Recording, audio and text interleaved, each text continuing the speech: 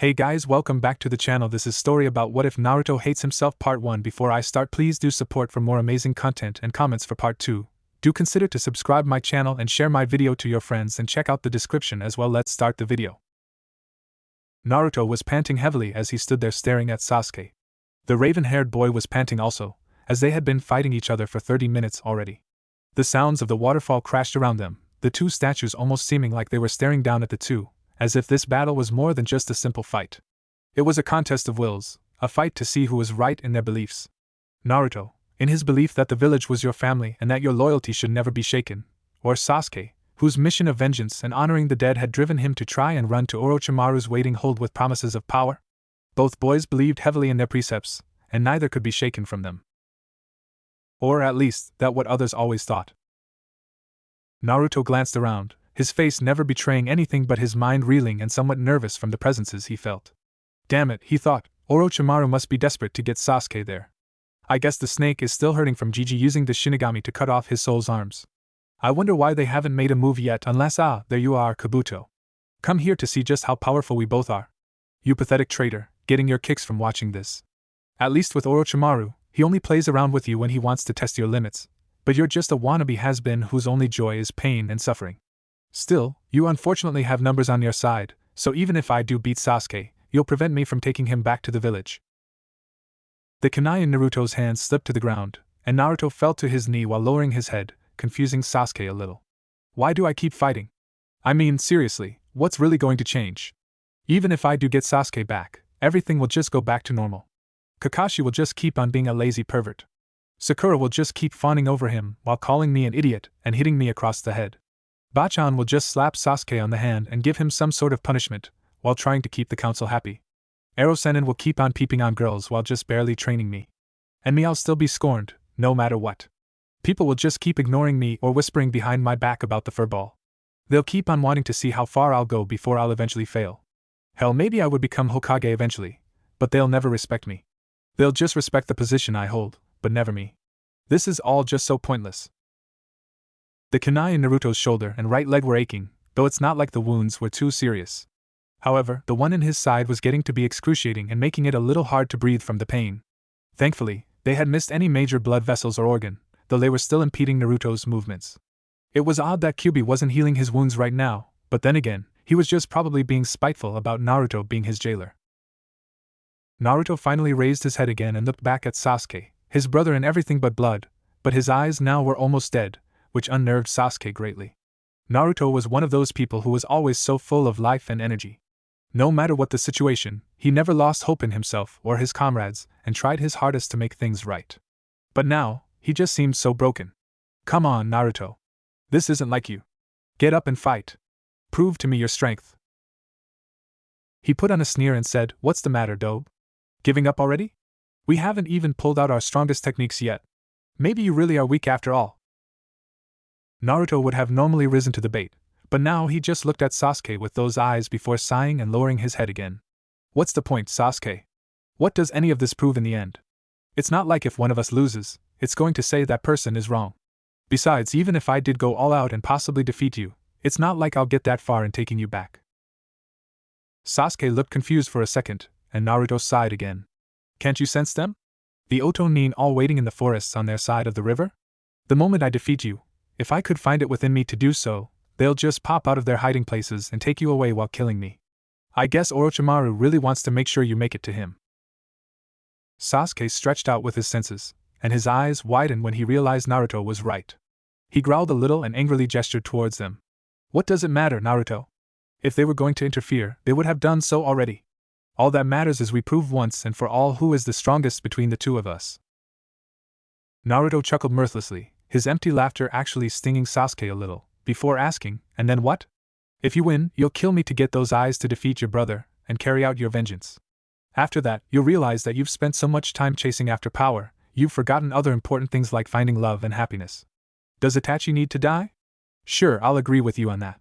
But don't you think that if you just asked me, I would have helped you? Sasuke scowled and said bitterly, only I can be the one to kill Itachi. I can't have anyone else getting involved, or else the honor of our fight would be sullied. 2 or 3 on 1 is not the way to end this. Naruto's chuckle now turned into a hollow laugh. You forget that even Uchiha need teammates to watch their backs. Hell, even Itachi did when he was still in ANBU. You really think that Itachi had reached the peak of his power that night? That he'll stay at that level just so you could catch up? You may be a prodigy, Sasuke, but don't forget he was too. And don't forget that he probably won't be alone either when you find him. Even if it's only one guy, no doubt he would strong too. Suddenly, your one-on-one battle has become two-on-one, with you alone. Think you could become so strong as to fight two S-class Nukenin and still live after the battle? Orochimaru may have once been a part of their little group, but I'd been told he was one of the weaker ones. That's why he left them.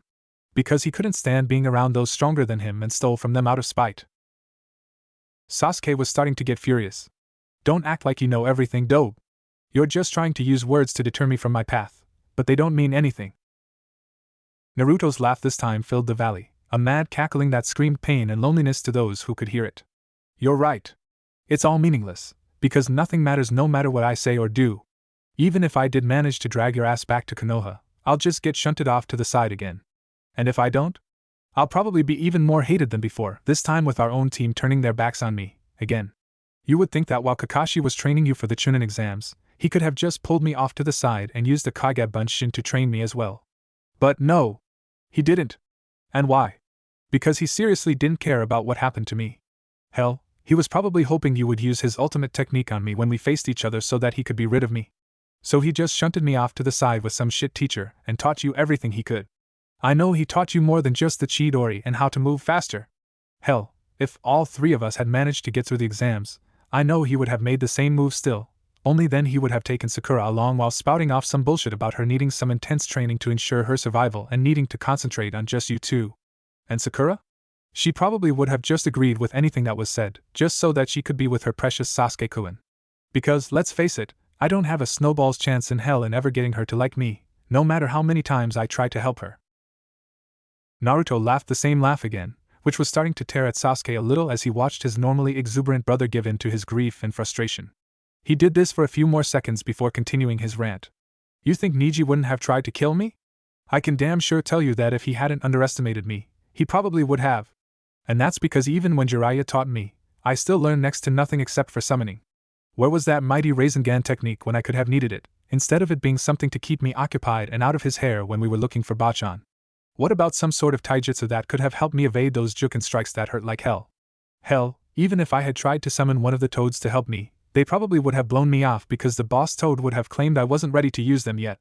The only reason he helped me in that fight with Gaara was because of the Ichibi, and probably had some sort of duty to Konoha to help protect it, not because I needed the help. The dark clouds were starting to form, a few droplets of rain falling from them every here and there. A few tears were falling down Naruto's face, but he hardly noticed them nor the broken smile on his lips. He gestured wildly to the sky and yelled, and it's all because it's meaningless. Every single thing I do is meaningless. All I am is just some weapon for the village to use and then put aside when they're done with me, because my happiness and my dreams don't matter. I'm not a person to them, I'm a tool. A thing. And things don't have feelings. They're just meant to be used. What's even better, the power that I'm encouraged to utilize for the good of the village comes from the Kyuubi, the very thing that the very village despises and hates because it attacked our home the very day I was born. So suddenly, I'm not only the person Kyuubi was sealed into, I've suddenly become the Kyuubi, which gives them the excuse to pile on the hatred and misery because they somehow feel justified in doing it. Did I ask for this? Did I say that I wanted to live this life? Did I want some fuzzy murdering chakra entity put inside me? No. Because it's all just some big, goddamn cosmic joke that's being played, and I'm the goddamn punchline. His grin was starting to turn more and more insane, his eyes widening to match, and he raised his arms and head towards the sky and screamed, "So, come on. Laugh with me about my pointless life. Laugh with me at the gods' cruel jokes. Come on. Laugh with me." His broken laughter sounded through the air and seemed to travel for miles, cutting through the rain and reaching the ears of everyone nearby. The Otonin, even Kabuto, could only stare wide-eyed at this child who exuded such misery and loneliness that it had broken him in so many ways. Kakashi, having finished his A rank and was going to help Naruto's team secure Sasuke, had arrived just in time to hear Naruto rant and was staring wide-eyed from the tree-line as well. Does Naruto really think that I don't care about what happens to him? I only got Ebisu to teach the boy because I thought Naruto's chakra control needed a little bit of work before being taught anything new. I hadn't known it was because of a seal until later, and by the time that had been discovered, Jiraiya was teaching him, so I just figured it all worked out in the end. How was I to know the famed pervert would ignore him? He's the kid's godfather, for crying out loud. Yet, Kakashi knew that Naruto's words were ringing true. He could have taken Naruto along for training and done just what Naruto had said. In fact, he should have taken all of his team on the trip so that Sakura would have been able to get her skills up while Naruto and Sasuke prepared for the finals. But he had focused so much on Sasuke fighting Gaara that he'd forgotten that Neji was a dangerous opponent as well. Kakashi lowered his head in shame and thought, Minato-sensei, Kushina-sama, Obito, Rin, father, I've failed all of you. Sasuke just stared wide-eyed at this broken boy before him before looking away. Both of them had suffered, but Naruto had suffered more than much Sasuke could tell. To kill him just so Sasuke could get the Mangekyo Sharingan wouldn't prove anything. In fact, killing Naruto probably wouldn't grant him anything except guilt, as he didn't truly understand the boy before him. He had only seen the masked Naruto war, not the boy behind it, and therefore, how could he call Naruto his best friend when he didn't really know him? Naruto's laughter finally began to die down before turning to sobs as the boy fell to his knees. A few minutes of this passed before Sasuke looked back at him and asked, "What now, Naruto?" Naruto didn't look at him, but he chuckled darkly through his tears. Like I said, whatever I do is pointless. Return you to Konoha or lose you to Orochimaru, I still lose in the end. Sasuke just stared at the broken form before him, considering his options. He wouldn't kill Naruto, since he did think it was pointless. He couldn't go back to Konoha, because now they would all walk around him like on eggshells, teaching him only enough to get by so that he couldn't use his skills on the guards that would no doubt be put around him. Orochimaru probably would hold up his end of the deal, but only because Sasuke knew the Sannin wanted the Sharingan for his own. It seemed that because of Sasuke's brashness and lust for power, he would lose no matter what as well. Still, he chose this path, and he was going to see it through the end, damn the consequences. Sasuke slowly walked to Naruto and knelt down to lay a hand on the boy's shoulder, causing Naruto to raise his blank eyes towards the Uchiha. Sasuke stared into those eyes for a few seconds before growling out, "You'd better get stronger, Naruto. The next time we face each other, I want a battle worthy of both our skills." He quickly undid his headband, slashing the metal plate before shoving it into Naruto's pocket. "Hang on to that for me." Before Naruto could say anything, Sasuke then chopped the blonde's neck, sending him into unconsciousness. He stood on his feet as the Oto Nin surrounded them. Kabuto looked at Naruto's prone form before turning to Sasuke and asking, "Well? Shall we just kill him now and be done with it?" Sasuke shook his head and started walking towards Rice Country's border. "No. It's not worth anything to kill a broken person." Kabuto nodded his head slightly and said, "As you wish. Come on. Orochimaru-sama is waiting for you." Sasuke nodded, and they all shined away, leaving Naruto alone in the valley. Kakashi chose this moment to come out of the trees, Pakken following closely, and the little pug examined Naruto's injuries for a few seconds. He then looked to Kakashi and said, "The boy's injuries aren't too bad, though I am wondering why his tenant isn't healing him. We could still catch up to Sasuke if you want." Kakashi looked to the borders and then shook his head. "No. There were Jounin in that group, and Kabuto is almost A and B level. Fighting them would be suicide even if I wasn't only at half strength. Right now, we need to secure Naruto and his team and get them back to Konoha. Hopefully, when I debrief Tsunade-sama, we can figure out a way to fix this mess with Naruto. Kami, what have we done?" Pakken nodded his head and dispelled, intending to go to Konoha to inform Tsunade of the wounded. Kakashi lifted the boy onto his back, careful not to shift the kunai that were in him, and started to rush off towards Konoha. "We'll fix this, Naruto. We'll fix everything." Several hours later, Tsunade sighed as she leaned back into her chair. She and Shizen had spent the better part of the day trying to repair the damage that had been done to her nin. Chuji Akimichi suffered from extreme muscle loss and chakra overdose thanks to his family's special pills. Niji Hyuga had multiple arrow wounds, with the one in his shoulder going straight through and nearly hitting his heart. Kiba Inuzuka's injuries were lighter, but his partner Akamaru had been injured protecting him, and it wasn't clear if the dog was going to make it.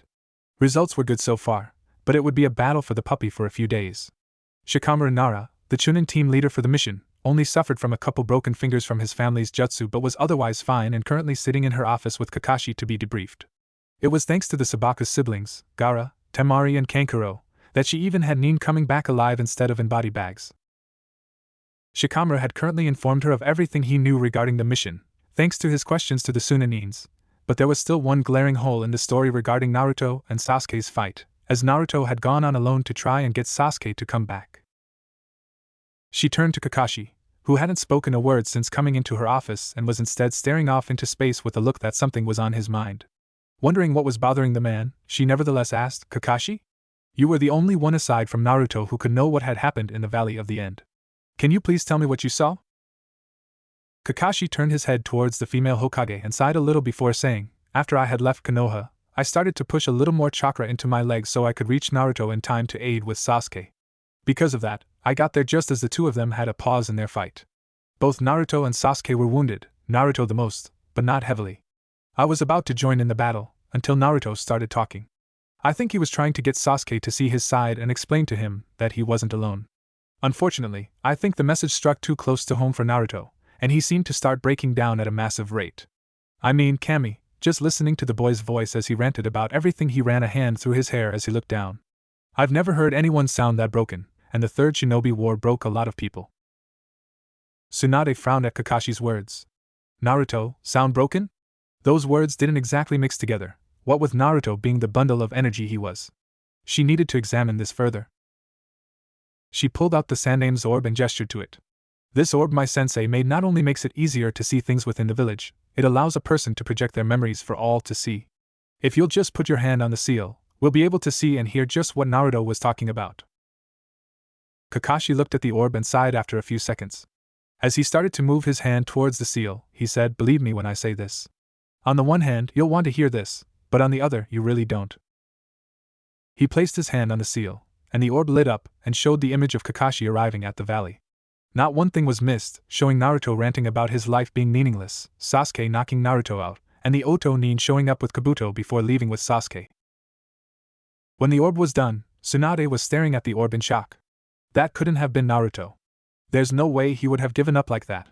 Shit, the kid faced down Orochimaru twice, for Kami's sake, and still couldn't be beaten down. I need to look into this further. The female Hokage turned to the Jounin and asked, "Where is Naruto right now?" Kakashi just shook his head. "I got him to the hospital, but with his injuries as they were, he didn't need to stay there. For all I know, he could be anywhere in the village right now. Find him. We need to get him to Inoichi to ascertain if he is a suicide risk, or he's just playing lost it, and do it quick. The last thing we need is some idiot civilian deciding to make this worse."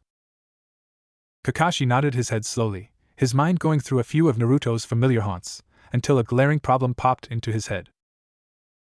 A glaring, pink-haired, green-eyed, female problem. Shit!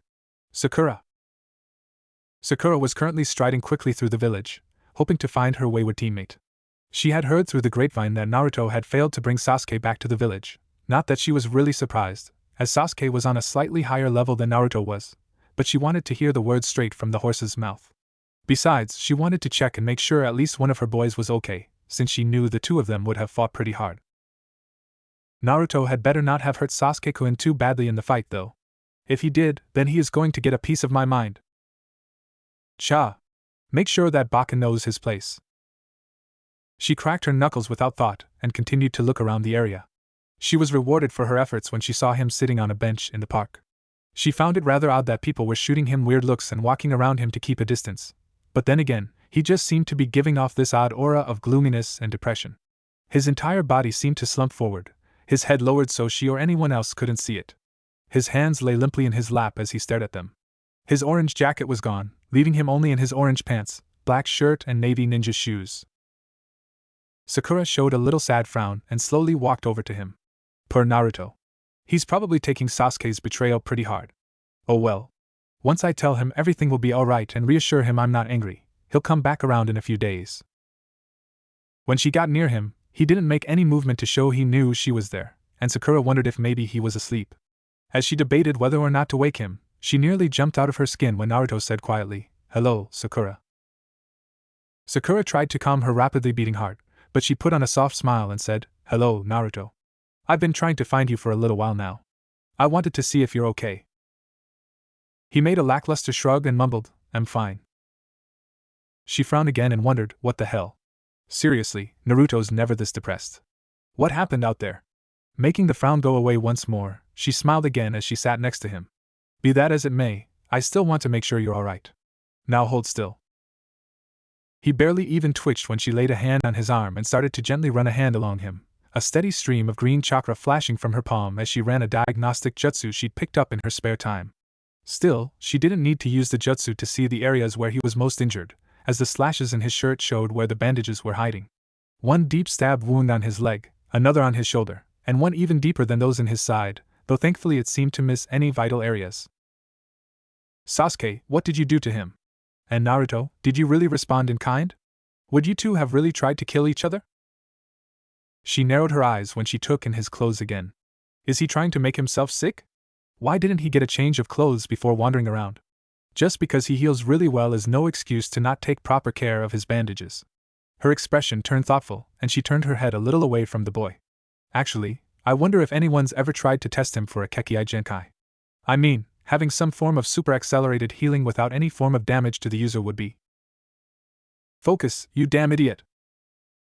She snapped back to the present and focused on the boy before her. Even before she had approached him, she knew something was off, but now she was getting more and more concerned about his behavior. Sure, missions could be stressful and make the shinobi need some downtime to get their head back on straight, but this mission shouldn't have caused this much damage to a person's psyche, even if it involved a person's best friend betraying them. Sakura needed to find out what was causing her boy such distress, and damn it, she was going to find out and fix it. Naruto, listen. I know you're probably sad that you failed to bring Sasuke back, but it'll be okay, alright? I mean, at least we know that Orochimaru wouldn't go through this much trouble just to kill him. And if you think that I'm angry that you didn't keep the promise, I'm not. You tried your best, and that's all that I want. She was cut off by a hollow laugh, and when he raised his head to look her, she jumped back at his eyes. They were dead, as if his soul had decided to leave his body and leave behind a husk that moved and spoke. He just stared at her with a mirth that would have been nice to see if it didn't look so creepy and sad at the same time. My best, Sakura? I'll admit I tried my best at first. I really wanted him to come home, and damn it if I had to break his arms and legs and knock him unconscious to do so. He shot to his feet, causing Sakura to jump again, but he didn't seem to notice as he waved his arms erratically, making random gesturing as he continued. But you know what I realized as the battle wore on? What hit me after 30 minutes had passed of the two of us beating the crap out of each other? Huh. Do you really want to know? Sakura was reaching for him, her tone frightened when she said, and Naruto, please calm down. Your wounds. He ignored her, his eyes far away now. It's all just so fucking pointless. Everything that I do will be meaningless to this village, no matter if I give my absolute all or my piss pro worst. And it's all just because of what I hold inside me. No one wants to care about the Kyuubi brat, because, after all, since that's what he holds, it must be what he's become. Oh, he's now become the very thing we hate. Well, I guess we don't need to care anymore. Let's chase him down in the streets. Let's beat him into the ground. Let's throw stones. Let's starve him and overcharge him so that he's dirt poor and hungry no matter what. After all, he'll heal from it all and be good as new, all happy and shit like some goddamn retard. Sakura had frozen as she listened to the boy. Naruto holds the Kyuubi? I thought the Yondaime defeated it, not sealed it away. And what's he talking about? Surely no one would be as cruel as do that to a child. Would they? By now, a small crowd was starting to form, all of them wide-eyed and fearful of the crazed boy. Many of them whispered things about the Kyuubi breaking free or Naruto finally losing his mind, and they all wondered why the ANBU weren't trying to restrain him before he hurt anyone. The fact was, the ANBU were watching, but they were, for once, as stunned as the crowd as they watched the boy. Anyway, it's not like he had pulled a weapon or really done anything threatening, so it's not like they could just tackle him to the ground just because he had decided to start screaming in the middle of the park. Naruto had now noticed his little audience, and he smiled a crazed smile as his dead eyes took all of them in. He then cackled and yelled to them, Yes. Yes. Come and stare at your handiwork.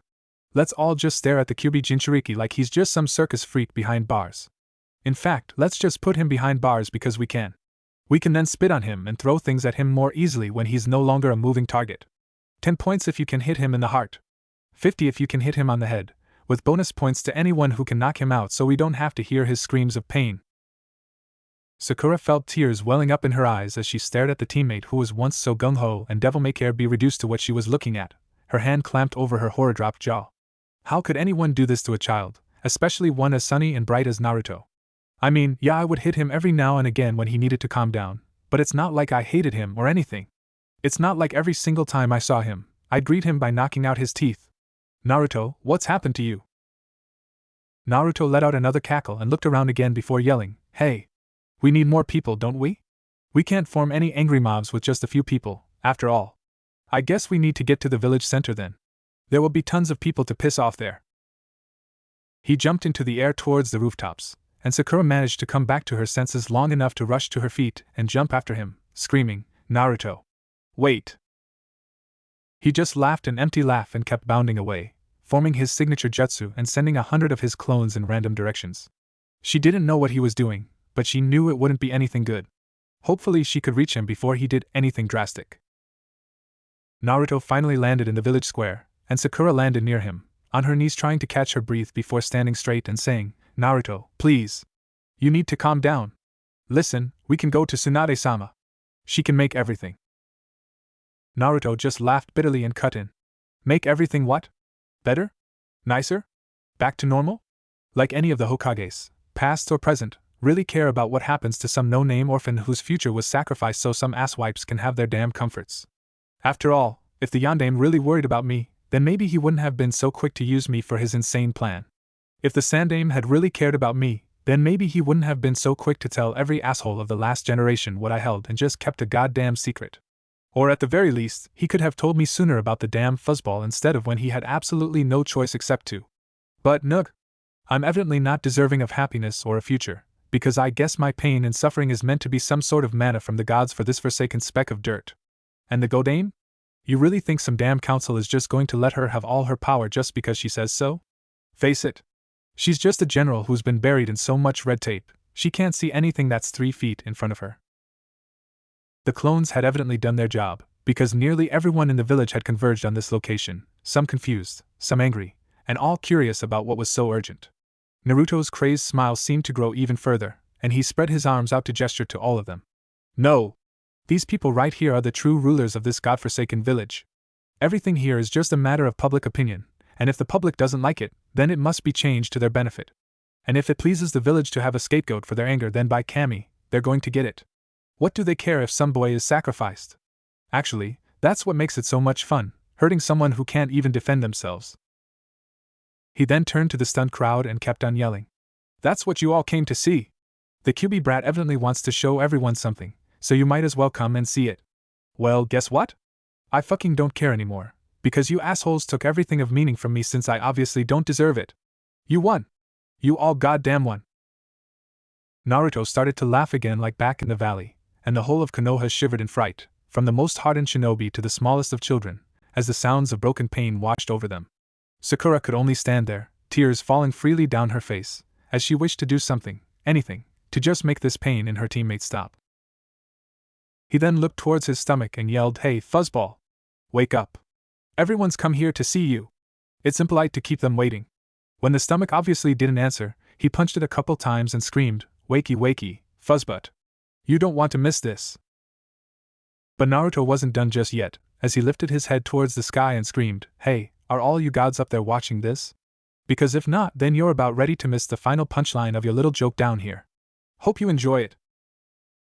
Everyone's eyes widened when the boy snatched a kunai from his pouch and raised it into the air pointing towards himself, and Sakura heard screaming, only to realize that it was herself doing it.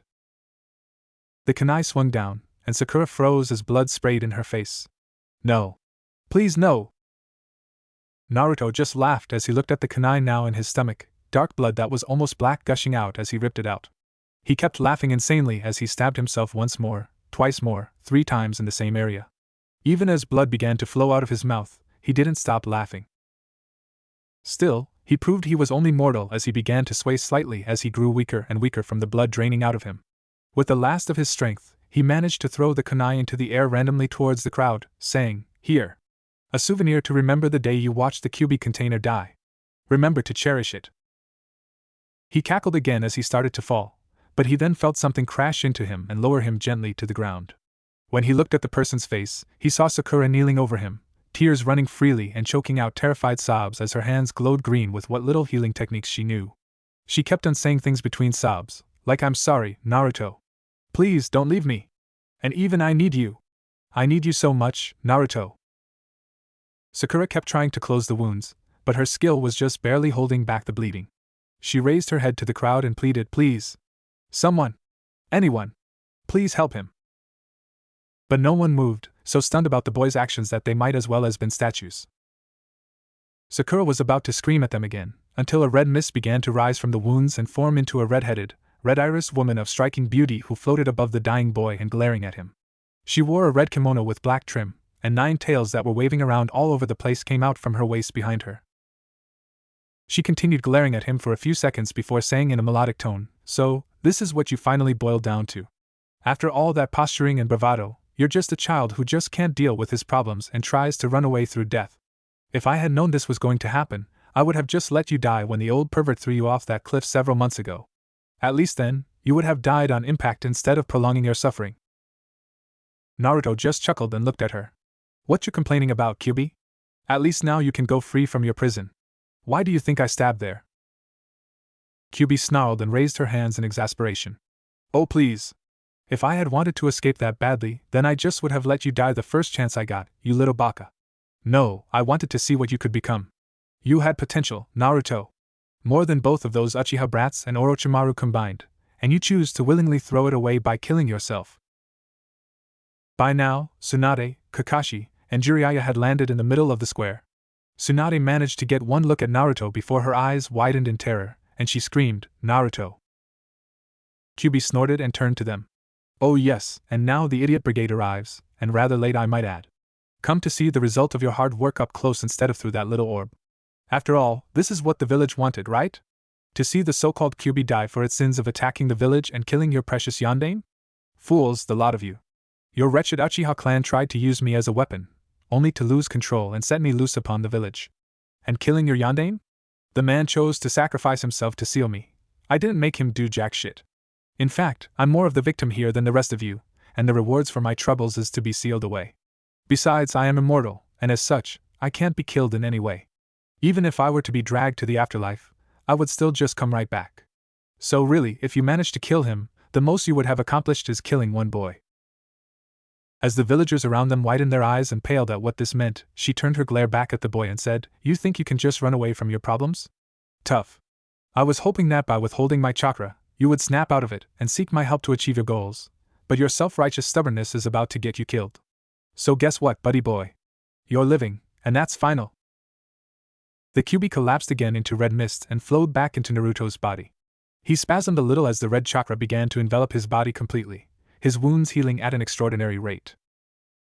Sakura could just sit there, amazed at what she just saw, but her gaze snapped back to the boy as, too weak to do anything else thanks to blood loss, he whispered out, "Please no, Kyubi.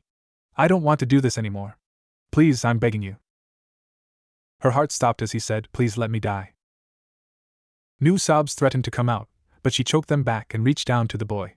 The red chakra began to recede, allowing her to pull him closer as she wrapped her arms around his chest. She rested his head against her chest, her knees propping his back up to allow her to hold him. As Tsunade rushed over to check on the blonde boy, tears spilling out of her own brown eyes, Sakura gently stroked Naruto's hair and hummed softly to him as he began to finally go to sleep, still murmuring, "Let me die. Let me die. Let me die." Kakashi could only sit there in the Hokage's office, his head in his hands as he tried to figure out where everything went wrong with his team. A traitor to the village, a broken boy who attempted suicide, and a former fangirl who would no doubt now suffer her own emotional issues from watching aforementioned second teammate try to kill himself. Yeah, he was definitely not going to be winning any awards for best sensei anytime soon. He finally lifted his head to survey the other occupants in the room. Tsunade was trying to fight back more tears as she tried to figure out what to do now. The Kyubi had been right. Naruto would have gone far in the shinobi ranks, possibly even have become Hokage eventually, but now he was strapped down to a bed in the psych ward with no fewer than 6 AMBU keeping watch over him to make sure either he himself or some uppity villager didn't decide to finish the job. No doubt the council was going to try and justify Naruto's attempt as reason enough to have him removed from Konoha's forces. After all, you can't have some of your nin breaking down just because life gets a little hard. Kakashi wanted to snort at the thought. Yeah, it must really look that easy from your high perches, especially when you're the ones making things hard. Jiraiya was standing near one of the windows, scowling down at the village both his own sensei and student had died for. Most of the people were in shock after seeing Naruto's little display, and not even his most diehard opponent could deny that they had done more than just a little in helping to break the boy. All of his plans on a training trip to get him away from Konoha and hide him from Akatsuki now lay shattered at his feet, And all just because some dumbass villagers couldn't keep their hypocritical trap silent for 2 minutes to really see the boy for who he was. What was even worse was the fact that he realized that he himself hadn't helped any by ignoring the boy's training for his research. By acting like he didn't care, he wound up shattering the boy's trust in authority figures, and it was going to take a while for Naruto to trust anyone in a position of authority for quite a while. Finally, Sakura was just sitting there on the couch, staring at her hands while her eyes seemed so far away. The girl was going to need some major counseling before she could be let back onto the forces as well, though at least Kakashi could be thankful that she probably wouldn't try to commit suicide as well. Still, he would need to keep an eye on her just in case. He sighed and turned back to the Hokage. You're sure you can't just head them off and declare Naruto under some sort of medial emergency? Tsunade shook her head. When you brought him in after the mission, the doctors checked him out, and nothing else wrong with him aside from the cuts and stab wounds. Maybe if I could have confined him to the hospital in time, we could have avoided this somehow, but it's too late now.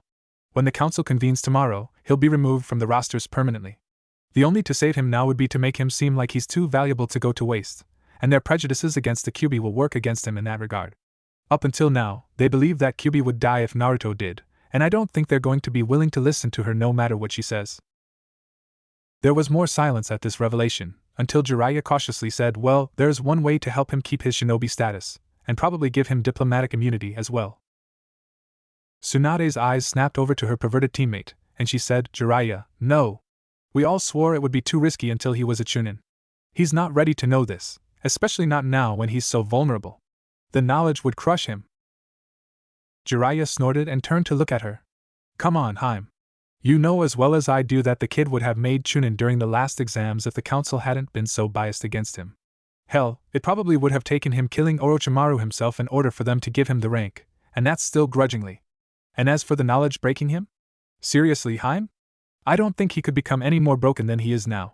If we want to keep him as a Konoha shinobi, this will probably be the only way, and you know it. Tsunade scowled before turning away. Of course I do. I just don't have to like it. There's too many unknown variables to risk, and the kid's luck looks like it's running out. If we do this, not only do we run the chance of it backfiring, everything that is supposed to be his to inherit could wind up filling the council's coffers. What are you all talking about? The adults in the room jumped, as they had forgotten the fourth member in the room who was currently staring at them in curiosity. Tsunade managed a soft smile for the girl and said, it's nothing, Sakura.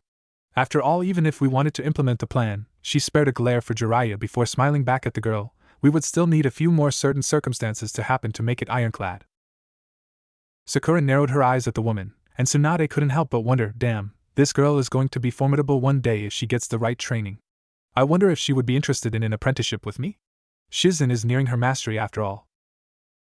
The girl just kept staring at the aged Hokage before saying icily, what do you mean, and if it will help Naruto, then why aren't you trying it?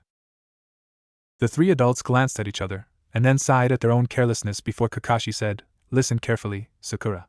What you're about to learn in this room cannot leave it unless we decide it can be shared. The information told could be more of a danger to Naruto than he already knows. If the wrong people in this village find out about it, Naruto losing his rank will be the least of our worries. Sakura nodded her head in acceptance, and Jiraiya pulled out a scroll and unsealed several items, mostly official documents. Motioning the girl forward, he slid a piece towards him and asked, do you know what this is? Sakura glanced at the paper and answered, it's a birth certificate. Why? Look at the baby's name. She glanced down the page, and she blanched at the name.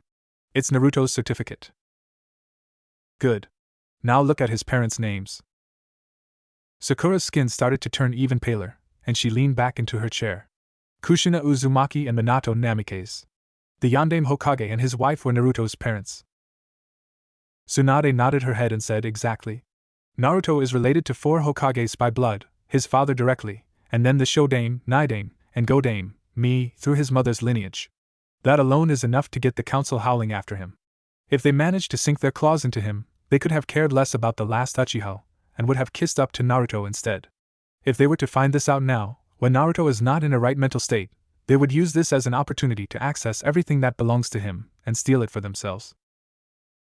Jiraiya pulled out a separate stack of papers from the pile and said, these right here are clan documents signifying the validity of a clan's status in Konoha.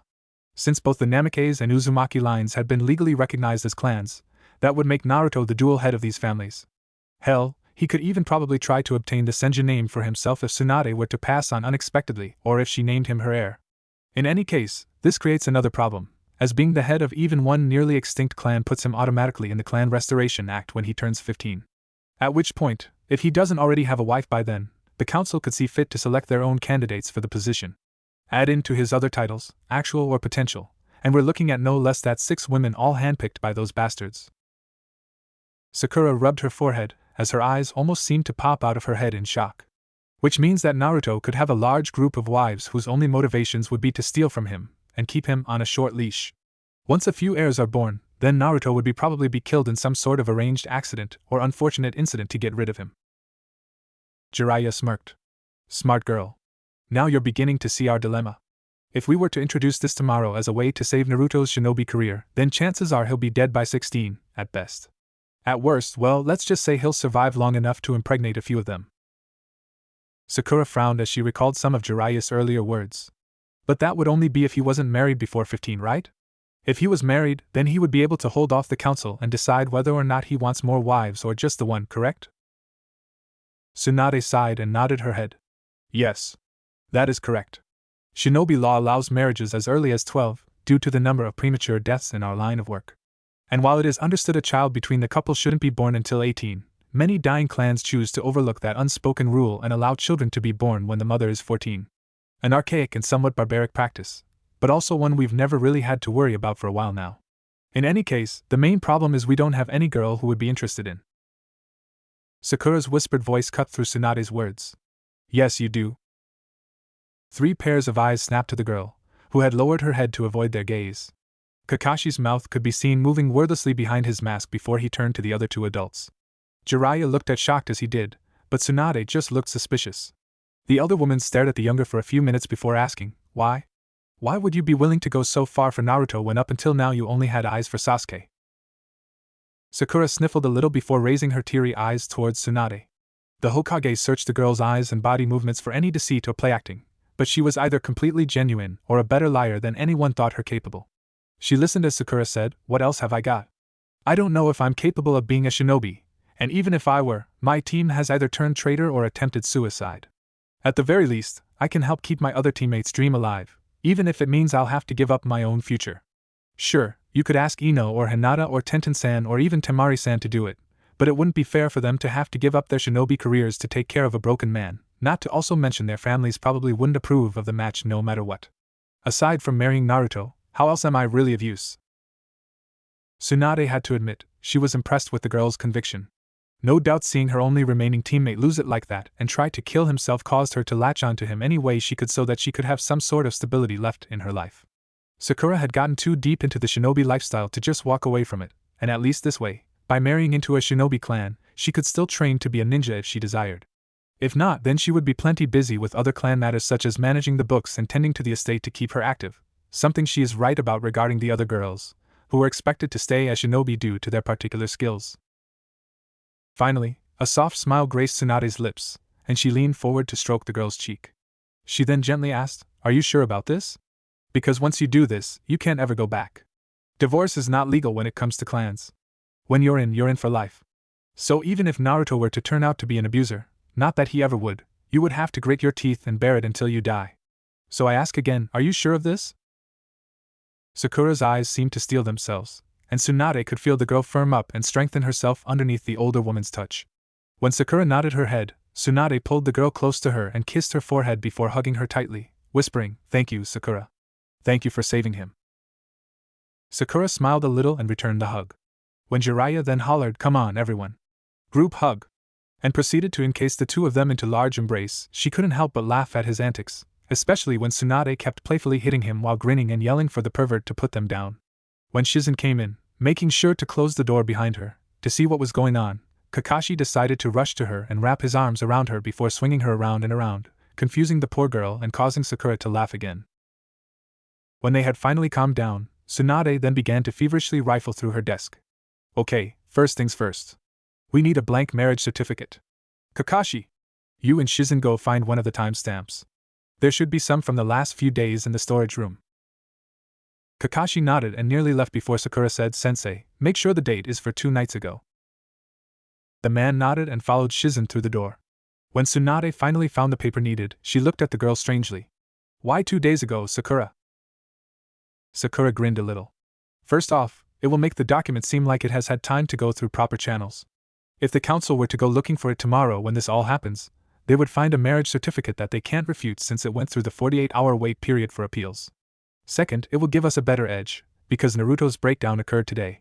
If we signed the marriage license 2 days ago, when he was still considered to be in fit mental health, they can't claim that Naruto signed this with his judgment impaired. This then ties in with my third point, which is, on that night, Naruto and I were seen by various witnesses together before Sasuke even left the village, which would further solidify our case against the council. For all they know, Naruto had just convinced me that he was the one for me, and I insisted that it be made legitimate. We could even spin some kind of story about how we were going to announce our upcoming wedding ceremony for the public to attend when Naruto came back from the mission, and how my tearful plea was for a dear friend rather than a crush gone wrong. Everyone stared at the girl in shock, before Tsunade's lips formed into a sadistic grin. She barked out an amused laugh and said, "Oh, Sakura. You are going to be formidable for the council to deal with, indeed." Sakura's grin widened a little further before she continued. "Actually, it gets even better, Tsunade-sama. I also know of a way we can undercut the council entirely and get the fire daimyo involved to dissolve the council permanently. This will allow us some more breathing room in the future, and then we don't have to worry about them breathing down Naruto's neck to marry more women." This got both Jiraiya's and Tsunade's attentions, and Jiraiya said with a slow grin, "Go on." Sakura got up from her chair and grabbed a book of the Konoha laws before flipping through the pages rapidly. When she finally got to the law she was looking for, she laid the book down and pointed out the text. "All right. It says in Law 26, subsection D, regarding all clan matters in Konoha, that, once a person has been named to be part of a clan by the council, under no circumstances may the council prevent said individual from attaining their rightful positions. When the council named Naruto as an Uzumaki but declared him an orphan of common status, they inadvertently denied him as being a part of the clan, meaning that the council was involving itself in clan affairs they had no right being involved in. They wouldn't even be able to claim ignorance of the matter, because the Uzumaki clan was still well known enough to have some pull in political circles in Hai no Kuni." As the two older Nin's grins grew wider, Sakura raised a halting finger and sing-songed, "But wait, there's even more. Since it is unlawful to name a person who is not of clan blood to be part of a clan, as listed in subsection F, they all but admitted directly that Naruto is Kushina-sama's child, since she was the only possible Uzumaki living in the village at the time who could be his mother. Henceforth, by wrongfully denying that Naruto was Kushina's, they also wrongfully denied his right to the Namikaze clan, since it was proven that Kushina and Minato were married. If anyone were to try and deny this, like by saying that Kushina-sama could have slept with another man, then they would have to subject their claims to a blood test, which would be performed by an independent party, and would test positive anyway since we know Naruto is Minato-sama's son. In other words, Naruto was not only wrongfully denied his heritage by the council, they prevented a dual head of two clans from doing his duties for his family. The fire daimyo would then have no choice but to remove every council member from office, since they were all present the day he was declared an orphan, and give full powers once more to you. You can then, in turn, use those powers to declare the council dissolved permanently, bringing Konoha back under military dictatorship like it was meant to be and allowing you to rewrite the laws so that it stays as such." By now, Jiraiya had started cackling with delight before saying, "By Kami, girl, you are the most devious individual I have ever had the pleasure of knowing. I'll get started on this and send a missive to the daimyo now. If we plead urgency, he'll get here right on time tomorrow for the council meeting. With the independent third party already there, the council is as good as gone." The two women were now alone in the room, and Tsunade leaned back from her desk and rested her head on her arm. "You do realize that the little plan you just told us would probably work without having to get married, right? If the council can be dissolved." Sakura shook her head, stopping whatever the woman was going to say. "No, Tsunade-sama. If we try to do this without the marriage in place, the chances of it succeeding drop drastically. I will admit it would still be possible, but you would have to introduce the issue in a delicate manner, which will require time you don't have. This will be the quickest and easiest way." Tsunade wanted to ask more, but the resolve in the girl's eyes prevented her from doing so. "Oh well, so be it then. Let's see just how far that resolve goes in fixing Naruto and making him happy. If anything, this will give me enough time to find someone else before revealing the documents as falsified. The punishments from that will teach her if she decides to utilize this to her advantage." She glanced down at the certificate and sighed a little. "I just really hope I know what I'm doing." "All right then, Sakura. Go ahead and sign here." She pointed to a line on the page. "In the first line, sign your new name as Uzumaki Namikaze. The line next to it is reserved for your maiden name Haruno. Sakura did so, signing her full name with a small flourish, and smiled a little.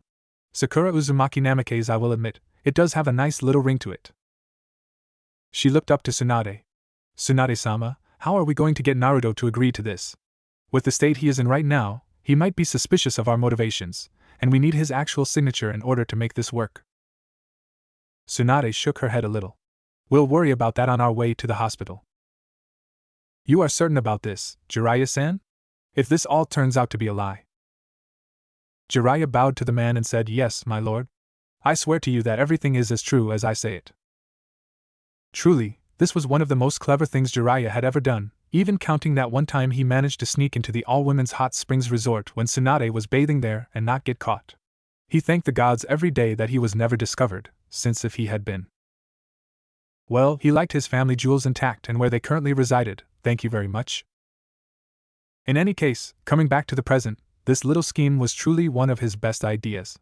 Rather than send a message to the daimyo right away and hope it got to him in time, Jiraiya reverse summoned himself to Mount Maiboku, the home of the Toad Summons, and then, informing the Toads of the current situation, and put some of them, especially Gamabunta, into a right angry state, got one of the stronger Toads to take him via reverse summoning to right outside the gates of the Palace of the Fire Daimyo. This way allowed Jiraiya to relay the message personally and leave nothing to chance. Every single advantage he could get Naruto for tomorrow was needed, after all. The Fire Daimyo stood from his seat at his desk and strode over to the windows, gazing out at the gardens as he began to lose himself in his thoughts. So the child of Minato and Kushina survived that night. Not only that, but he is the Jinchuriki of the Kyuubi. Why have I never been informed of this? My lord, with all due respect, Sarutobi-sensei felt it was too risky to reveal the boy's heritage given the climate of Konoha at the time. I would have agreed, but I have always questioned his decision to reveal his Jinchuriki status. It seems that everything that has happened in the last 2 days has been because of that choice. The daimyo hung his head and let out a sad sigh. Truly, this news is heartbreaking. To hear that the child of my close friends was abused in such a manner that he would attempt suicide, it makes me wonder if I should be filled with sorrow or rage at this whole scenario. He looked back to the old pervert. And you are certain they would deny his heritage if you mentioned it in their meeting tomorrow? Jiraiya nodded his head. Without a doubt, my lord. They have done so once already out of ignorance, and they will most assuredly stick to their resolve to ensure Naruto's life stays miserable. After all, it's not as if this infraction of the rules will have probably been the first time. The man's gaze hardened a little as his thoughts took him away again, and Jiraiya wondered for a moment if he had pushed too far. Much to his relief, the daimyo turned back to his desk and said, I will have my entourage prepare everything, and I shall leave for Konoha at first light. If I do not appear at the time for the meeting, tell Tsunade she has my permission to delay it until I get there. This issue will not go unresolved. Jiraiya bowed to the man and shined away. Sakura felt nervous. No, scratch that. She was a bundle of nerves that were tightly tied together and threatened to shake her whole body. There was also this overwhelming fear gnawing at her mind that something horrible might happen while she was inside that room.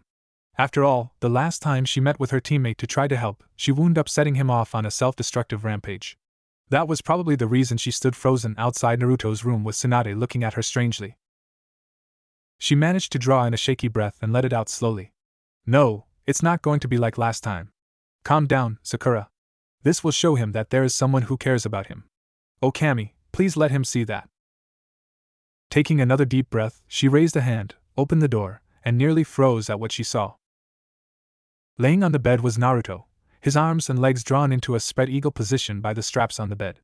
Clad in only his boxer shorts and a hospital gown, he didn't look like he would be able to move in the slightest, as the restraints weren't just on his wrists and ankles but his upper and lower arms, thighs and calves as well, with a large strap across his chest as well. He was facing away from her, looking out the window, but she knew his eyes were probably as dead as before, if not worse. Steeling herself, Sakura turned to Tsunade and asked, Tsunade-sama, can you have your A and B leave the room? I want this to be private. Tsunade nodded and made a motion with her hands, and Sakura felt 6 presences leave the room. She then turned back to the bed and put on a soft smile as she approached her hurting husband-to-be. She leaned down and gently placed a hand on Naruto's cheek, saying in a soft tone, Naruto? He slowly turned his head towards her, and she stopped herself from jumping back at the sight of his eyes. No matter how many times she saw them, it always frightened her to see something without the light of life within. Steeling herself once more, she leaned down and smiled at him. Listen, Naruto. There's something very important I need to talk to you about, but first I need you to do something for me. Naruto snorted at the last part. Figures. Even strapped to a bed, I'm still being ordered around like a dog. Sakura tried to not let his words cut too deep. After all, he was kind of right, but this was necessary.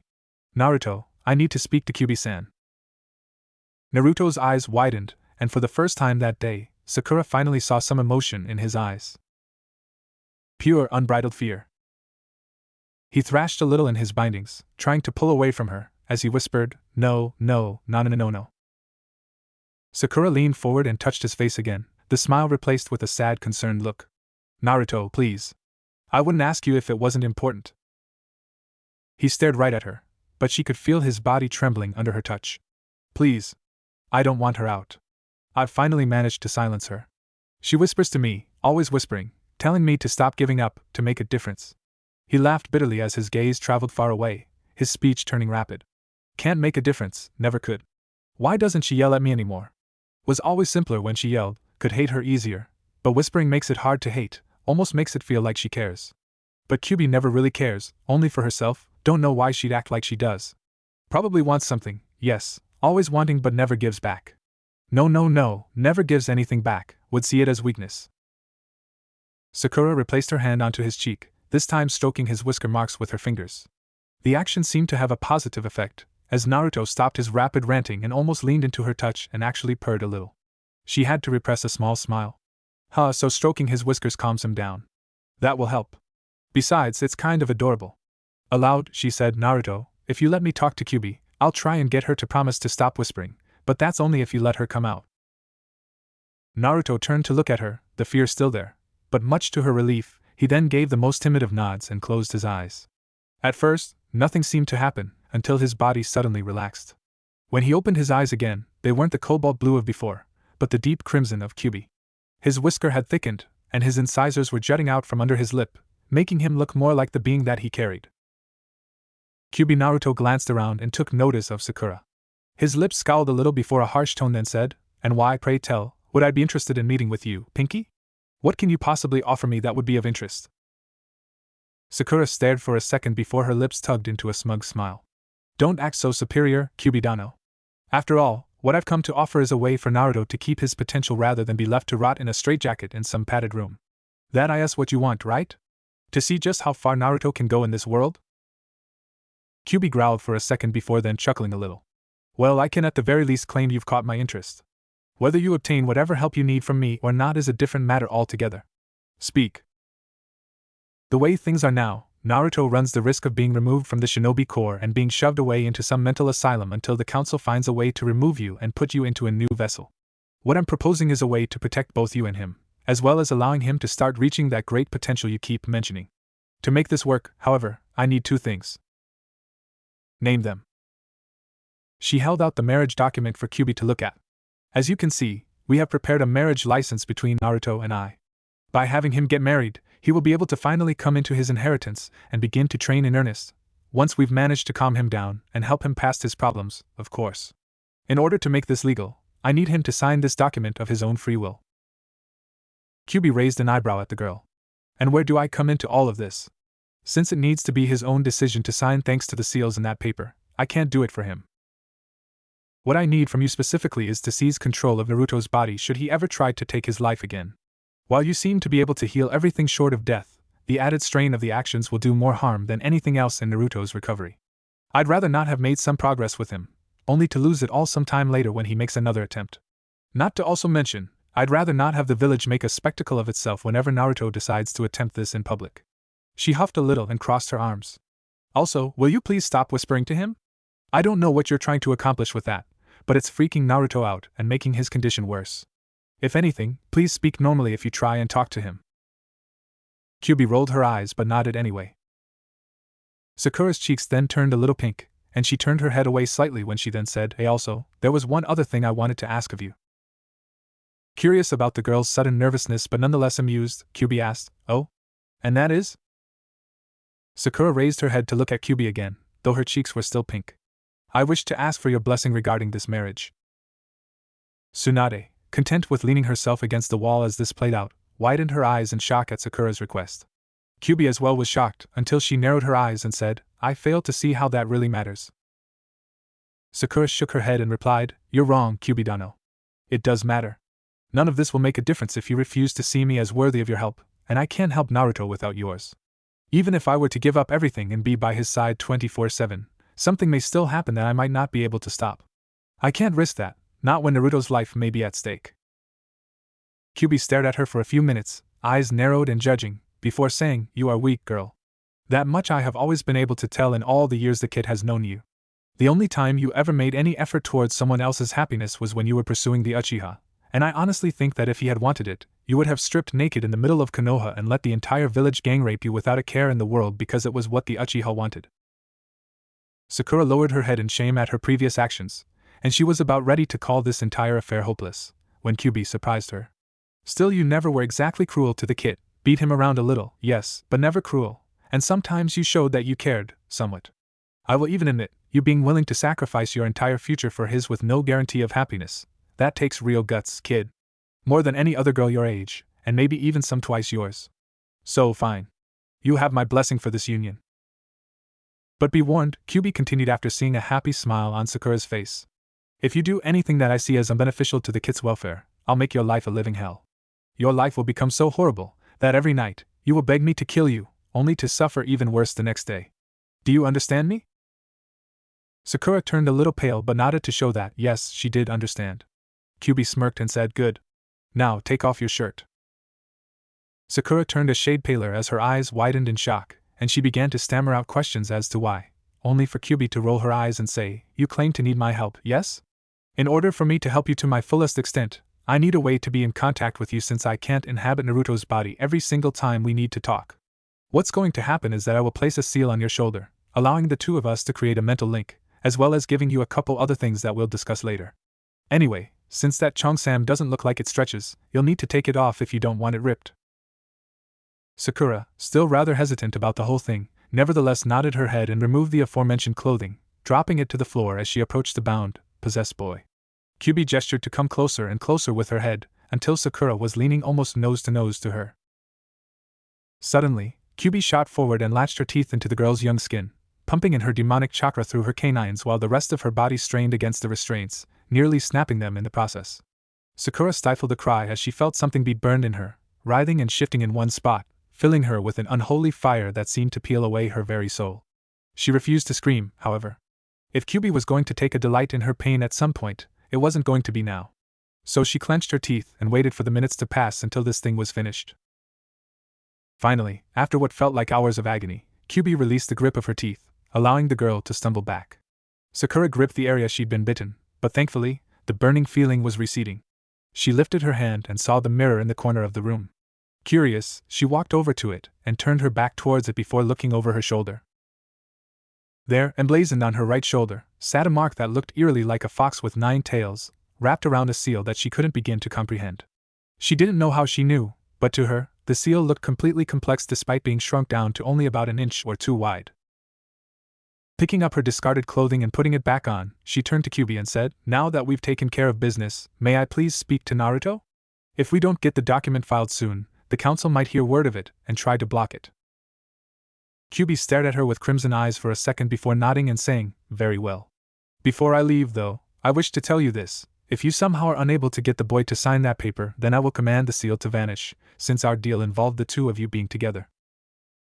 When Sakura nodded her head in understanding, Naruto's eyes closed again. As he regained control, it was like watching the reverse of what happened earlier as his body seemed to tense back up when his cerulean eyes opened once more, his whiskers and canine teeth receding to their original states. He nervously glanced around, his whispered mutterings turning erratic again, before Sakura reached down again and stroked his whiskers to calm him down. He silenced and cautiously turned to look at her. There was a gentle smile on her face, her green eyes sparkling with hope, and she was touching him with such care. Probably afraid I won't hurt her. Doesn't explain the hope, though. What does she want? Still, when she strokes my marks, it actually feels nice. She kept stroking his cheeks a little while longer, causing him to begin purring again, eliciting almost silent giggles from both Sakura and Tsunade. Finally, she then said, "Now, Naruto, I have something to tell you about, and I need you to listen to me, okay?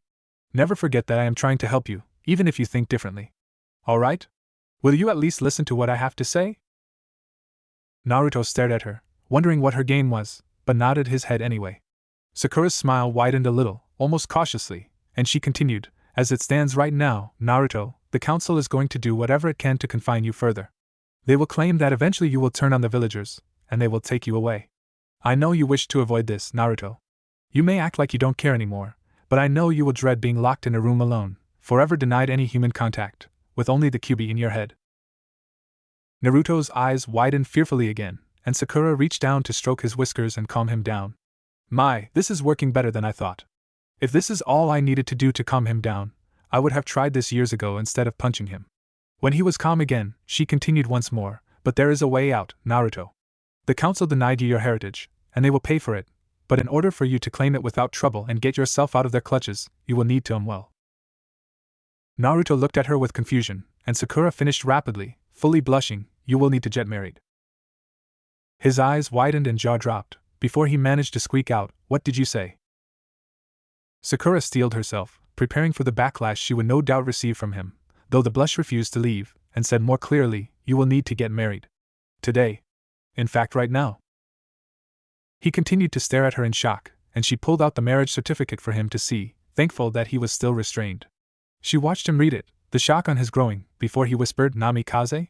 I'm related to the Yondaime? How?"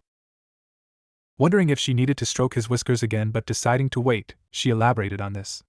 "That's one of the things the council has denied you and kept quiet over the years, Naruto. We don't know how many people knew about it to begin with, but the fact remains that all of the council knew in the end. Naruto, you are the son of the Yondaime Hokage, Minato Namikaze, and his wife, Kushina Uzumaki Namikaze."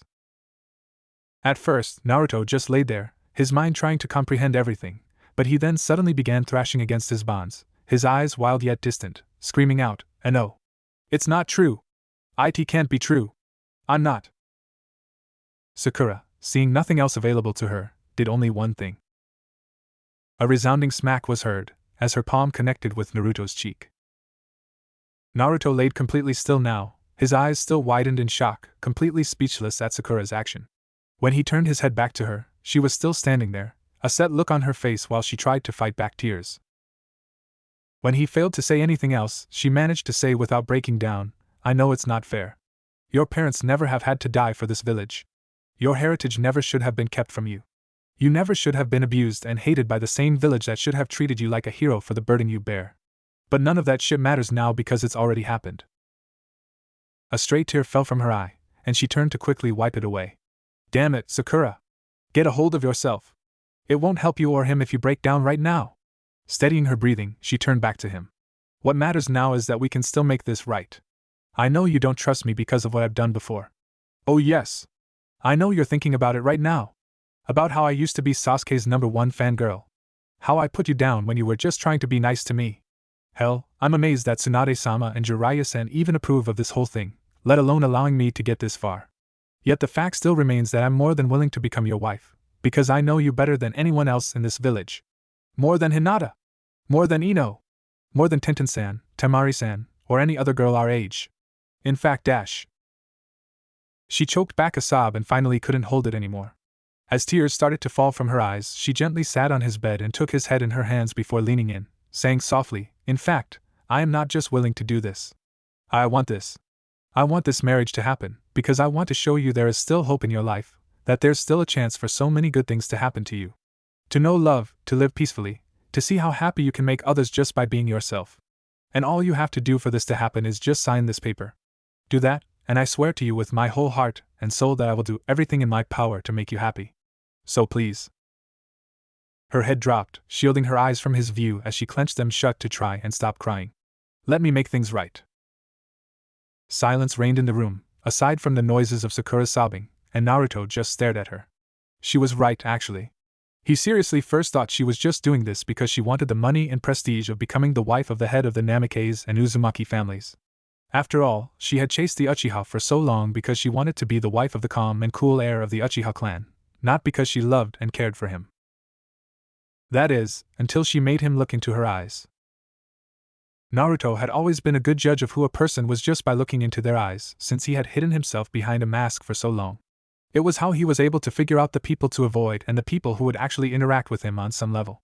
It was how he survived for so long, finding the people who were willing to sell him goods at a more fair price, though it was usually still somewhat inflated compared to those of normal people, the parents who didn't mind that he was nearby their kids so long as he didn't bother them, the ninja who didn't mind that he watched them train as long as he stayed quiet and not asked questions. When Naruto looked into Sakura's eyes, he was expecting to see a calculating and greedy look underneath all the tears as well as a certain disgust of what he held. He was instead shocked to see compassion, sadness, and even some slight desperation to keep him close to her. In fact, when he looked closely enough, he saw it. The very thing he had always wanted to see from her for years yet had always been denied. A deep caring that showed that she really gave a damn whether he lived or died. Sakura's sobs had subsided a little, though she was still sniffling, and she heard Naruto say, "Untie the restraints." Her head shot up, and she saw him staring at the restraints on his arms. When she was about to ask why, he then said, "I'll sign." Her eyes widened, and a wide smile slowly made its way onto her face before she squealed and hugged him. She turned to Tsunade and said, "Tsunade-sama, we need some witnesses for this. Ones we can trust completely." Tsunade had watched the scene with varying emotions throughout the whole thing. Yes, she would admit, she was still suspicious of Sakura's intentions regarding this whole thing, but she also knew that the sheer emotion the girl was showing couldn't be faked, even by the best. Seeing this girl try so hard to make her surrogate son happy actually filled her with hope that this was the best decision she could have ever made, and now that hope had become excitement. "I'll show you I've always cared, Naruto. You'll see." Aloud, she said, "Nico. Hibi." Two women, hearing their Hokage's call through special seals, shined into the room and saluted her. Tsunade turned to them and said, "I need the two of you to do something for me. It requires the utmost secrecy, and I demand your word that you will tell no one of the events that will happen. If you feel you cannot speak now. Otherwise, take off your masks and stand witness." The two women glanced at each other before both nodded and pulled off their masks to reveal Yugao Yuzuki and Anko Mitarashi, respectively. Tsunade then continued, "As you have given your consent by taking off your masks, you are now bound to secrecy. State your names and ranks, and be counted as witnesses to this joining." The purple-haired woman saluted to her Hokage. "Yugao Yuzuki, NBU Black Ops, currently designated as Nico. I stand witness." The snake Jounin grinned broadly and followed suit. "Anko Mitarashi, Special Interrogator for ANBU Torture and Investigation, currently designated as Hibi. I also stand witness." Tsunade smiled and walked over to the bedside before continuing, "Naruto Uzumaki Namikaze, genin of Konoha and heir to the Namikaze and Uzumaki clans, do you take this young woman as your lawfully wedded wife?" Yugao's and Anko's eyes both widened at this, "to love and cherish in sickness and in health, until death separates you from this world?" Naruto glanced at Sakura, and she barely noticed the very faint smile on his lips, before he said to Tsunade, "I do." Sakura barely held in her squeal of happiness. Tsunade smiled even more largely and said, "Sakura Haruno, genin of Konoha, do you take this young man as your husband and head of family, to love and cherish in sickness and in health, until death separates you from this world?" "I do," Sakura happily chirped out. Tsunade undid Naruto's restraints, allowing the boy to slowly sit up, and held out the marriage contract. "Sign this paper and make this union legal in eyes of Konoha." Naruto grabbed the offered pen and signed his full name Naruto Uzumaki Namikaze above Sakura's. Tsunade motioned to the two gawking women and said, "Yugao Yuzuki, Anko Mitarashi, will the two of you come forward and sign this as well, acknowledging that you have witnessed the willing union of this couple as husband and wife?" Both women nodded dumbly and signed their names in the witness box, and Tsunade snatched the pen from Anko's almost limp hand and signed her name as the officiator of the ceremony before pulling out the Hokage's stamp and almost hitting the paper with it with glee. "As the Hokage of Konoha, the true leader of this village, I declare this union to be valid and legal in the eyes of Konoha. So shall it be." She grabbed the paper and rolled it up before turning back to Naruto and Sakura, the cheeky smile still there. "Naruto and Sakura Uzumaki Namikaze, you are hereby declared as husband and wife. You may now kiss to seal this union." Naruto turned back to his now wedded wife, only to be thrown back as she launched herself at him and kissed him fully on the lips. There was a small burning on her shoulder as Kyuubi's seal set, but she ignored it as she focused on the kiss. Since Naruto was probably expecting a full make-out session without any real love, he was surprised to discover it to be a chaste yet passionate kiss, as Sakura poured her warmth and caring into it. He instantly closed his eyes and gently pulled her closer. Maybe this won't be so bad. After a few more seconds, Sakura pulled back, a blush firmly on her face, before leaning in towards his ear and whispering, "You know, this would have been the kiss you would have gotten if your stomach hadn't been bothering you that day." He looked at her with shocked eyes, wondering if whether or not she really knew it was him instead of Sasuke the day they graduated, and she pulled back while biting her tongue as she giggled. She then pushed him gently back onto the bed as she said, "Now, you lay here and get some more rest while I go with Tsunade-sama to get these filed. If you be good for the NBU and rest, I may just bring you some ramen from Asuraku's when I come back tonight. Okay?" Naruto nodded dumbly, and she hopped off the bed and followed Tsunade out the door. When the two women finally got back to the Hokage's office, they both collapsed into their chairs and sighed in exhaustion. Sakura then said, "Oh Kami, that was one of the most terrifying things I've ever done. For a minute there, I thought he was going to just reject me." Tsunade chuckled. "Just be glad he saw your side and judged you to be trustworthy. When that boy doesn't trust someone, he shuts up tighter than a clam. If he didn't trust you, we would have been back at square one." "Not necessarily." Both women jumped as Jiraiya climbed in quickly through the window. The two glared at him, but he just chuckled and continued on. "I actually had one of the best ideas come to me earlier, and it involved me going straight to the Fire Daimyo's palace and explaining the situation directly to him. He'll be here sometime in the late morning, a little before the council's meeting, and with him there, whether or not Naruto accepted the marriage, the kid would have still received his heritage. Still, better safe than sorry, and I'm glad that you and Naruto managed to have such a heartfelt time back there." Tsunade widened her eyes, and she growled out, "You were watching? Why didn't you come in and act as a witness then?" Jiraiya, rather than be deterred by her anger, raised a warning finger. Haim. You're not thinking straight. If my name shows up on that form, or Kakashi's or Shizen's for that matter, then the council will instantly smell a setup and try their hardest to repeal the marriage. The two A and B you summoned, on the other hand, are third parties who neither gain nor lose from this union. Sure, they're loyal to the Hokage, but it's more the position itself than the actual person, especially since you haven't been here long enough to instill that much loyalty towards you in them." He then scratched his head a little in embarrassment and shame. "Besides, I think my presence there would have deterred him from accepting, probably thinking that I was trying to pull something or that I coerced Sakura into doing it. As of now, I think the only authority figure he even trusts is you, Tsunade. Maybe Iruka as well, but I don't know. In any case, things are right on track." Tsunade nodded and leaned back into her chair as she thought more carefully. "Good. And the scroll of marriages?" At Sakura's confused look, Jiraiya decided to elaborate Tsunade's words. "Inside the Hokage Tower is a book that shows the names and dates of every marriage that is made legal. The seals on the marriage certificate not only allow the book to be self-updating, they show whether or not the person consents to the marriage itself. Sometimes, the seals sense when one or both of the couple are forced to sign the paper against their consent, and the paper then bursts into flames and voids the marriage. However, based on the witnesses present, the marriage may still be considered valid regardless of consent. Another reason I shouldn't have been there is the seals may have taken that into consideration, and the book would have listed that as well. In any case, where I'm going with this is that the book not only shows the married couple's names, the names of the witnesses, and whether or not there was consent, it also shows the time at which the certificate was signed. By utilizing a little loophole within the seals matrix that Minato had discovered but never got around to fixing, I was able to change the date and time to about 2 hours before Sasuke left the village.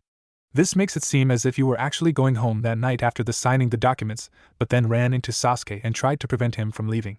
He then knocked you out and left you on the bench, where you were found the next morning by the gate guards as they changed shifts. Since your original testimony was never filed, it allows us to bend the story a little bit to suit our needs." Tsunade cackled a little and said, "Good. Very good, Jiraiya. And I trust you fixed the loophole?" Jiraiya smirked. "Fixed and reinforced. The scroll of marriages is now completely foolproof to everyone except myself. Only I now can break the matrix and re-establish the loophole, should we need it." "Wonderful." Tsunade pressed a button on the desk. "Shizen!" A few seconds passed before a rather hurriedly dressed Shizen burst through the door. As she tried to fix her clothing, much to the amusement of the rest of the people in the room, and cover the hickeys on her collarbone, she stammered out, "Why yes, Tsunade-sama?" Tsunade raised her eyebrow at her student and nonchalantly said, "Take the certificate down to the filing room and put it in the appropriate space, please." Shizen gingerly took the document and replied as she started for the door, "Yes, Tsunade-sama." "Make sure the time and date on the stamp match the space you put it in." "Yes, Tsunade-sama." "And make sure it's alphabetical according to last name." "Yes, Tsunade-sama." "And make sure Kakashi uses protection." "Yes." Tsunade's Shizen froze before her hand opened the door, and she looked back with a heavily blushing face as she stammered out, I mean. Laughing at the woman's discomfort, she waved the poor girl out the room, something Shizen did with haste. Sakura got up from her chair and smoothed her clothes a little. Well, I'd better get home and grab a change of clothes before going to Ichiraku's. No doubt Naruto's hungry from refusing that hospital food. This caused a few more chuckles. Before she could head for the door, Jiraiya reached into his pocket, saying, "Wait. I have something for you too." Curious, she turned back to the man, and he handed a small box to her. When she opened it, she was shocked at what she saw. In that box sat a ring, a beautiful pure gold band with 3 flawless diamonds arranged in a diagonal line. It shimmered in the light, reflecting rainbows when the light hit, and she stared at it wordlessly. Her jaw dropped slightly and eyes widened. It was surely one of the most beautiful rings she had ever seen. She looked up to Jiraiya, who had now been joined by Tsunade, and he said encouragingly, "Go on. Put it on." Unsure, since the ring looked too big for her finger, she picked it up and slipped it onto her left-hand ring finger, and was promptly amazed when it sized itself to comfortably fit her. She looked back to Jiraiya, who smirked smugly. "I made a few modifications to it.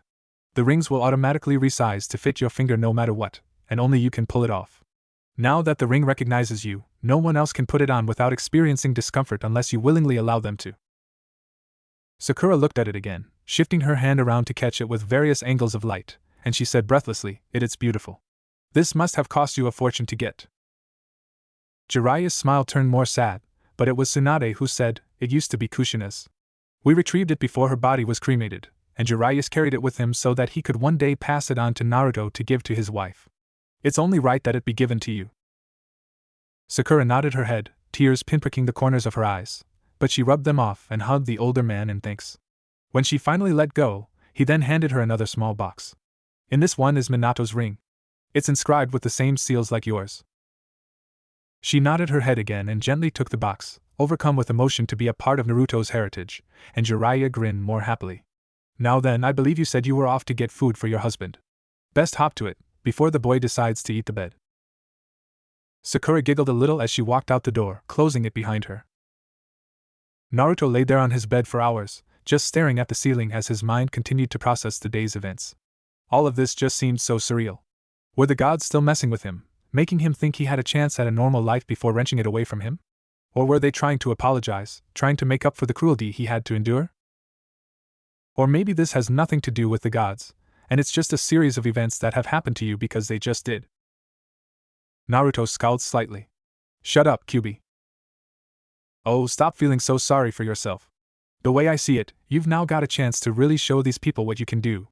And so what if the gods are actually taking pity on you? It's not as if they forced that girl to suddenly become your wife right out of the blue." "What do you mean?"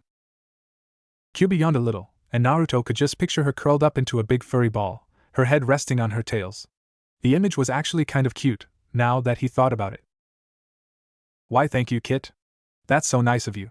She chuckled as Naruto's face turned a little red. "Don't forget we now share a mental link, which means I can see what you're thinking. Anyway, humans all have free will. That's what makes those terms fate and destiny to be such fickle things.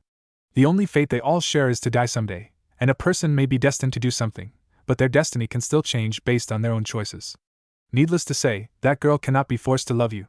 She can be nudged in the right direction, but it's up to her to make the choice. Besides, she may not love you now, but she may choose to love you in time, if her current actions are anything to go by. Giving up your future just so another can have a chance at happiness? That's definitely not pity, Kit, that's love. Now hush. Your mate is on her way here, and I want to rest. I'm tired after saving you and helping that girl." Naruto lay there and processed her words. Sure, he may not have to like them, but they did make sense in a way. "Hey, Kyubi?"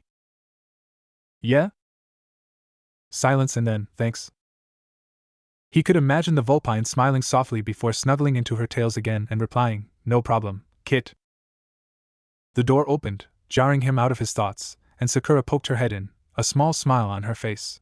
She looked at him slyly and said, "I've been hearing from the ANBU that you've been doing as I asked, Susu."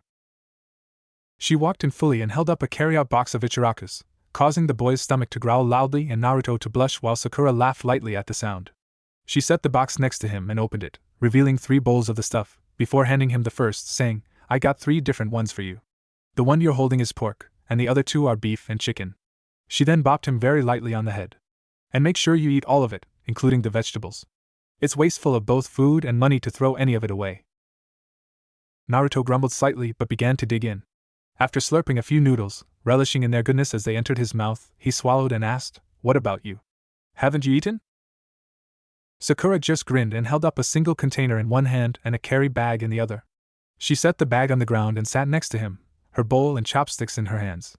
They sat there in peaceful silence, aside from the slurping, and both thought after a few minutes, "This is nice." By the time Sakura had finished her bowl, and it was rather large too, she must have been more hungry than she thought. Naruto had finished his 3 and placed his bowls into the box. Placing hers beside them, she rose from the bed and grabbed the bag, confusing Naruto a little until she opened it. Then he just blushed, as it contained her clothes, and he could see a pair of her panties near the top of the bag. A chuckle in his head, and then, pervert. He blushed a little more, but proudly thought, "There's nothing wrong with lusting over my wife a little. Oh Kami, Sakura's my wife. My wife." He blushed even harder, starting to resemble a ripe tomato, and Kyubi just laughed harder. Sakura pulled out her night clothes and set them aside, but she then froze as a thought came into mind. Narrowing her eyes, she looked around the room and growled out, "If there are any male ANBU in this room, leave before I kill you." 3 shunshins were felt as the ANBU fled the room in fear. She chuckled a little, as did the 3 female ANBU, and undid her cheongsam before shimmying out of her biker shorts. Naruto tried to not stare much, but he couldn't resist watching her lithe form dress for the night. Her aren't that big, but Kami, they're perfect on her. She may not look it, but she's well proportioned underneath those clothes. She's like a pink-haired goddess. My goddess. Kyubi laughed again at the boy's naivete. Thankful she hadn't changed her underwear, Naruto didn't think he could handle that much without being blown back from the inevitable nosebleed geyser. She stepped into a pair of navy shorts and was about to put on her top, when she remembered her remaining male audience. Blushing a little, she froze as she stamped down her normal reaction to perverts, thinking, "He's my husband now. It's going to be normal for us to see each other naked. Oh Kami! He's going to be seeing me naked." Kyubi, hearing the girl's thoughts from the seal, couldn't stop laughing and was now rolling around on the ground, wheezing out, "Oh please. Make it stop. This is just too much." Nevertheless, a more playful side of her came into play as she thought, "Wheelio, I might as well have fun with this." Smirking, she slowly turned her head to Naruto and said seductively, "Like what you see, dearest?" His nosebleed nearly shot him into the wall, but thankfully, he just shot back into the bed, staring up at the ceiling with wide eyes and a hand clamped over his nose. In the Hokage's office, back in the tower, Tsunade was having a hard time breathing as she clutched her sides from laughing so hard, while Jiraiya just fell to the floor and rolled around in his own laughter. Sakura giggled at her husband's reaction and pulled on the oversized white t-shirt before heading over to the bed. Grinning down at him, she asked, "Feeling alright, Naruto-kun?" Naruto, his hand still clamped over his nose, just looked away and growled out, "Vixen." Sakura laughed and slipped under the sheets of the bed. When Naruto snapped his head back to her, she just lowered his hand and placed a finger on his lips, saying, "Just because we can't have sex until I'm 14 doesn't mean I shouldn't share your bed. It is my duty to be near you, after all." Not really seeing any problem with this, he held back any comments and just wrapped an arm around her thin frame before closing his eyes. As she snuggled into his body, "He's so warm," either could help but think as they drifted off to sleep. "I don't know why, but this feels so right." Naruto awoke with a small start, his mind trying to readjust from the events of the other day. Where am I? Oh yeah, that's right. Still in the hospital room. Have to admit though, that had to have been one of the craziest dreams I've ever experienced. I mean, seriously, what are the odds that Sakura would marry me? Pfft, yeah right? That girl has her head so far up that bastard Uchiha's ass, she can look out his mouth when he speaks. And me being the heir of the Yondaime? That's ridicule. A small mewl of sleepy displeasure sounded to his side, and Naruto glanced down and nearly jumped out of the bed, barely holding in the startled yell. There, in all her snoozing glory, was Sakura Haruno, or should he say, Sakura Uzumaki Namikaze, his new wife. He stared at her wide-eyed with disbelief for a few minutes, his mouth opening and closing but no words coming out, until he eventually just turned his head back towards the ceiling and stared at it, his body completely still now. How the hell had any of this happened? 1 minute, he tries to kill himself, and the next thing he knows, he's now married to a girl that he had always wished for but could never have. It was almost like one of those bad romance novels where the hero tries to show his love for the heroine but fails spectacularly and gets driven to despair before attempting suicide, only for the heroine to conveniently remember that deep down she's always had a burning passion for him and saves him from that same despair before the two of them finally get together and have dirty, animalistic sex. Yep, exactly like a romance novel, except without the animalistic sex, which is a shame because that's the best part, too. This thought saddened him a little, and even though he couldn't see them, he knew his eyes were reflecting the deadness within his own heart. He knew that Sakura didn't love him. She only did this because she wanted to try and keep him alive. Yet, at the same time, her words last night rang through his ears. I swear to you I will do everything in my power to make you happy. Despite his suspicions, he actually dared to put his hope into her words. For so long, he had wanted this, wanted someone who would care at least a little about him, yet now that it had happened, he found himself unable to believe it. He looked at Sakura again, this time drinking in her image with his greedy eyes, trying to commit it all to memory in case this all proved to be a dream after all. Her slim body had pressed up against him tightly, though not so tight that it was uncomfortable, and her shoulder-length hair had fanned out a little on the bed, forming a small pink halo around her head. She had a small smile on her face, one that showed she was comfortable, while her right hand was laying lightly on his chest. Truly, she was now the goddess he had always viewed her as, and he hoped that at the very least Kami would allow this memory to stay with him forever. No doubting sensing that he was up, Sakura's eyelids fluttered open, allowing her to groggily take in the room around her, before slowly turning her head to look at him. The smile stayed on her face as she leaned towards him and whispered, "Good morning, husband," before kissing him lightly on the lips. She then rested her head on his chest, her hand idly twirling on it while listening to his steady heartbeat. It felt soothing to her, the rhythmic beating pulsing in her ear, and she was tempted to tap her fingers gently in sync with it. Suddenly, there was a small knock on the door, and Sakura groaned lightly before calling out, "Who is it?" The door opened, allowing Nico's head to pop in and say, "Sakura-san, Hokage-dano would like to speak with you in her office. It's about the council meeting today." Sakura groaned a little more before lightly nodding her head and answering, "Fine. Let her know I'll be there as soon as I shower and change." Nico nodded and closed the door behind her. Yawning a little as she sat up and rubbing her eyes, she asked Naruto, "Do you want me to grab you some food from the cafeteria? It might be a while before the nurses bring you breakfast." Naruto shook his head and closed his eyes. "No. That's okay. I'm not all that hungry yet." Sakura smirked and swooped towards him to kiss him fully on the lips again before giggling at his shocked expression. "Poor boy. He just doesn't know how to take me finally kissing him."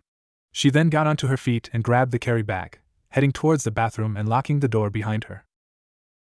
She looked closely into the mirror for a few seconds, checking her skin for any spots or blotches, before turning on the shower. After getting the temperature to how she wanted, she stripped out of her sleepwear and stepped under the water. She let it beat onto her skin for a little bit, her mind still trying to process everything in the last 24 hours. She was glad she was able to help Naruto with this. He would now be able to have his chance at happiness. It was worrisome about how the village was going to take to him being the Namake's heir, though. Just because he attempted suicide in the middle of the village square wasn't going to be what brought everyone to their senses. And all that would really change is everyone trying to kiss up to Naruto now that Sasuke was gone. "Oh Kami. Sasuke." She froze, soaping herself as her heart clenched with an almost terrible pain. Sure, she was willing to help Naruto keep his happiness, but the extent of her actions had only hit her fully now as she thought of the traitorous Nin. She suddenly found it difficult to breathe, and she leaned against the shower wall while trying to wait for the emotional pain to stop. "Why, Sasuke? I gave you everything except my own virginity, and I think even that wouldn't have been enough for you, would it? I loved you so much. I just wanted to see you smile with happiness for once, for you to let go of the death of your clan, but no matter how hard we tried, you were always like ice to us. I wanted to help you so badly, but you only saw me as weak, inconsequential, not worthy of your time. Why, Sasuke? Why didn't you let any of us in? Why did you have to leave?" Tears falling freely down her cheeks, Sakura dropped to her knees and sobbed quietly, as her heart wrenched in her chest. The fire daimyo peeked out of his carriage window as they crested a large hill. Down below, he could see Konoha, the shinobi village that was supposed to be one of the best within all the elemental nations. Granted, all daimyos believed their village to be the best except for the wind daimyo, though personally, he wondered if there was something mentally wrong with that man. What kind of idiot hinders their own shinobi forces, one of the three main branches of his country's army? The difference here was that the fire daimyo knew his was one of the top two, if not number one. Konoha had survived 3 shinobi wars and a rather large-scale invasion, and the village had always stood intact. In fact, It was because of the ninja being so successful in those wars that the daimyo's family had received several annexes to Hai no Kuni. Still, the major word in all of this was suppose the daimyo had been aware that some things had been slipping since the end of the Third Shinobi War, but he had never realized that things had gotten this bad. Sarutobi had assured him that things were going smoothly, but it seems that his definition of smooth didn't match the daimyo's. Honestly, what was the man thinking, hiding the boy's heritage? IWA wouldn't have been stupid enough to waste resources to go after one little boy, and besides, Minato's actions in the last war were just that, acts of war. It's not like when the fighting ended, he decided to take out a personal vendetta against all IWA shinobi, and they know it. They accepted it as it was and just moved on, though if they came across Minato out in the open, they probably would have tried their hands and killed him if they could. No, I don't know Sarutobi's reasoning for this, but he was either becoming too senile, had some sort of ulterior motive in all this, or made an honest error in judgment that he later came to regret. I'm just afraid to know which is true. Leaning his head out the window, his commander silently riding up alongside the carriage to see what was wrong, the daimyo said, "See if you can coax a little more speed out. The meeting starts at 10, so I intend to be there at 9.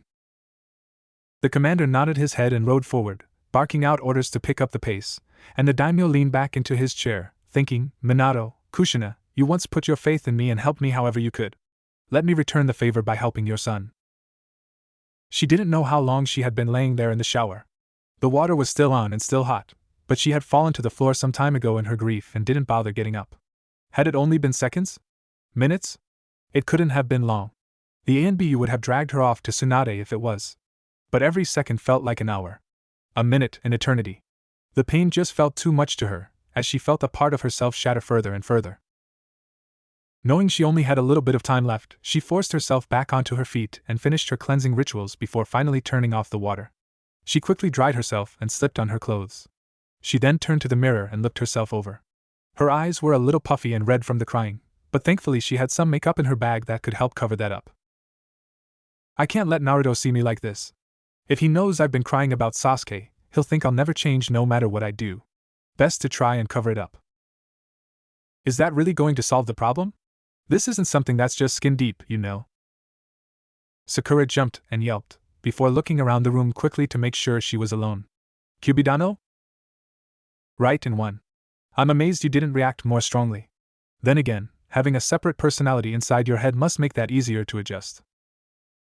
Sakura rolled her eyes a little and went back to her makeup. No offense, Kubidano, but is there a point in this? I need to hurry. Would have probably had more time if you hadn't wasted it mourning the defection of a traitor. Look, I get it, alright? You're young and you've suffered a pretty severe case of heartbreak, more severe than many other your age at least. But hiding this is not going to help anyone, especially not the kid. If he suspects that you're hiding something, his trust in you will be shattered, and I'll be starting again at square zero, now married to a man who probably wouldn't be able to stand being in the same room with me. I get it. Look, let me deal with my own problems with Sasuke, and you worry about keeping an eye on our boy. Telling him about any of this is going to do more harm than good right now. I'll be fine, I promise. Silence, and then a sigh. Fine, do as you wish, but remember our deal. Hurt the kid, and you will suffer. Don't forget that. Sakura lowered her head before discreetly nodding. I know. Looking back into the mirror, she appeared satisfied with her work before putting on a smile, thinking to herself, if I worry him, then he'll fret. He is still Naruto after all, no matter what mood he's in. That he is. Sakura turned and opened the door to enter the room, where she then placed the bag near the room's entrance and walked over to her husband.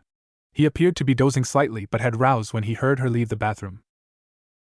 She approached his bedside and leaned down to gently place her lips on his. When she looked back into his eyes, she raised a hand and gently stroked his whiskers, eliciting a purr. She suppressed her giggle, opting for a small widening in her smile, and said lowly, I'll hopefully be back for lunch. If I don't make it back in time, I'll ask Tsunade if she can have some and bring some ramen for you. Okay? He nodded slightly, and Sakura was elated to see the smallest of smiles tugging at his lips. Happy she might be making progress, she gave him another quick kiss and promptly left the room. Outside, she turned and nodded to Nico, who laid a hand on her shoulder and said, Tsunade Dano requests you come the quickest way possible, so I'll be taking you via Shunshin. Are you ready? Sakura nodded, and a poof of smoke later they were gone. When Sakura reappeared a couple seconds later, she arrived to the sight of Tsunade sitting at her desk, going through various papers that would no doubt help Naruto attain his birthright. Nico saluted and said, Hokage Dano, I have brought Sakura-san as requested. Tsunade glanced up from her shuffling and nodded her head. Good, Nico. Return to your post. Another salute and then, ma'am. The Anbu-shan shined away, leaving the two women in the room. As Tsunade continued her shuffling, Sakura chose to take a seat in front of the desk and let the older woman make the first move. She still wasn't feeling all that right since the shower, and she didn't want to screw anything up by blurting something unnecessary out. Cammy only knows she had enough anxiety as it was. Tsunade seemed to have found everything in order, because she sighed contentedly and leaned back into her chair, regarding the girl before her. She smiled a little and said, An ANBU I had set to watch the road from the capital just sent me a missive. The daimyo has decided to arrive early, possibly to help throw the council off guard. If they try to meet without requesting his presence, then it will be considered an insult to his name, and could lead to their executions, and he'll meet with them when he's good and ready. Not even the council is stupid enough to try the patience of the fire daimyo. We could even go so far as to have them sitting on their heels for weeks regarding this, though that would give them a chance to build their case against Naruto as well. Sakura returned the smile and asked, So what do we do now, Tsunade-dano? For now we wait. The fire daimyo will be approaching the town gates within 20 minutes. I'll then leave to go and meet with him to bring him back to my office. While the council scrambles in a panic to try and piece together their shoddy evidence, Jiraiya and I will present the daimyo with our findings as well as introduce you to him as Naruto's wife. He'll listen to our stories before calling to convene the meeting. The council may try to bluster their way into coaxing the daimyo to their point of view, but it won't get far.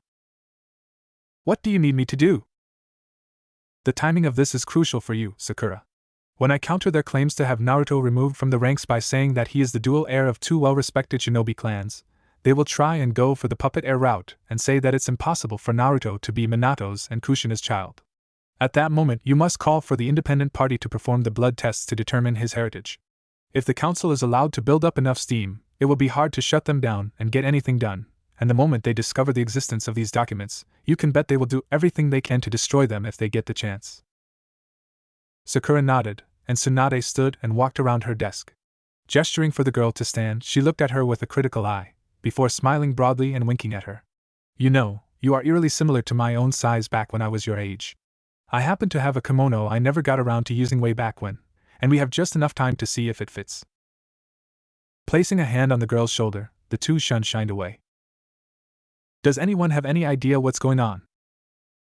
Ino's question was met with negatives from everyone else from the now Konoha 11, formerly 12, that were currently not in the hospital or currently indisposed with personal problems. They didn't know why everyone had been called to the Hokage Tower, or why the council members were currently running around the village in a panic like they were about to die. Judging by their reactions, you would have thought that Orochimaru had launched another attack or the Kyuubi had returned. Whatever it was coming to this village, and fast. All the ninja had been gathered, but it was noticeable that the rest of Team 7 was strangely absent. To be honest, Ino hadn't seen either Sakura or Naruto since before Sasuke defected, and no matter where she looked, it was as if the two of them had vanished from the face of the planet. Still, she tried to not pry too much, since she figured the two of them were probably hurting from their teammates' betrayal. Cammy only knows how she herself would feel if either Chuji or Shikamaru had decided to betray their village. Speaking of Shikamaru, he had been rather quiet since his meeting in the Hokage's office. He just couldn't get that image of Naruto out of his head, sitting there in the rain and laughing like a lunatic. As if his first high-rank mission hadn't ended badly enough with almost all of his team nearly dead, he now had to deal with driving one of his squad members to insanity by making him fight his own best friend. He later found himself standing amongst the crowd in bone-chilling shock as he watched the other boy try to kill himself, and be saved by the very thing he was hated for. He found out afterward he was the only one in his age group who had watched the altercation, though he didn't doubt that there were a few younger children in the crowd who were going to be scarred for life. However, despite wanting all this to change for the better, he knew that this wouldn't have happened any other way. Sooner or later, Naruto would have broken down, that much was certain. It was only a question of when it would happen. The rest were completely silent, confused by what was going on but not having any real clue of what just happened within the last 48 hours. Hinata was twiddling her fingers a little as she glanced around, no doubt looking for her crush and hoping this didn't have anything to do with him. Shino, as always, was stoically silent, not letting any emotion show as he patiently waited for whatever to come. Tenten was also patiently silent, though her twiddling with a kunai in her hands showed her nervousness, while Lee seemed to be bracing himself for another battle. Both had been on edge since Niji had been brought back to the village near death, though thankfully the worst was over for him and was recovering nicely in the hospital with the others. Suddenly, A carriage bearing the fire daimyo's banner strolled into the plaza, several samurai surrounding it while looking for all threats. Tenten had hastily tucked the kunai away before they saw it. It came to a stop outside the entrance of the tower, and the council was rushing towards it, nearly tripping over themselves in their haste, though they dared not get too close for fear of being seen as too forward with their lord. A footman hopped down from the driver's seat and placed a small step in front of the door as it opened. There stood Katsuro Iogai, the 12th fire daimyo since Hai no Kuni's founding many years ago, gazing around the village with what seemed to be slightly narrowed eyes. Some people gulped quietly. Whatever was going on, the daimyo was not pleased. The man finally stepped down onto the carpet laid before him, and before he said anything, a small gust of wind and leaves blew a few feet in front of him, revealing two people. Tsunade had opted to put on her full Hokage regalia.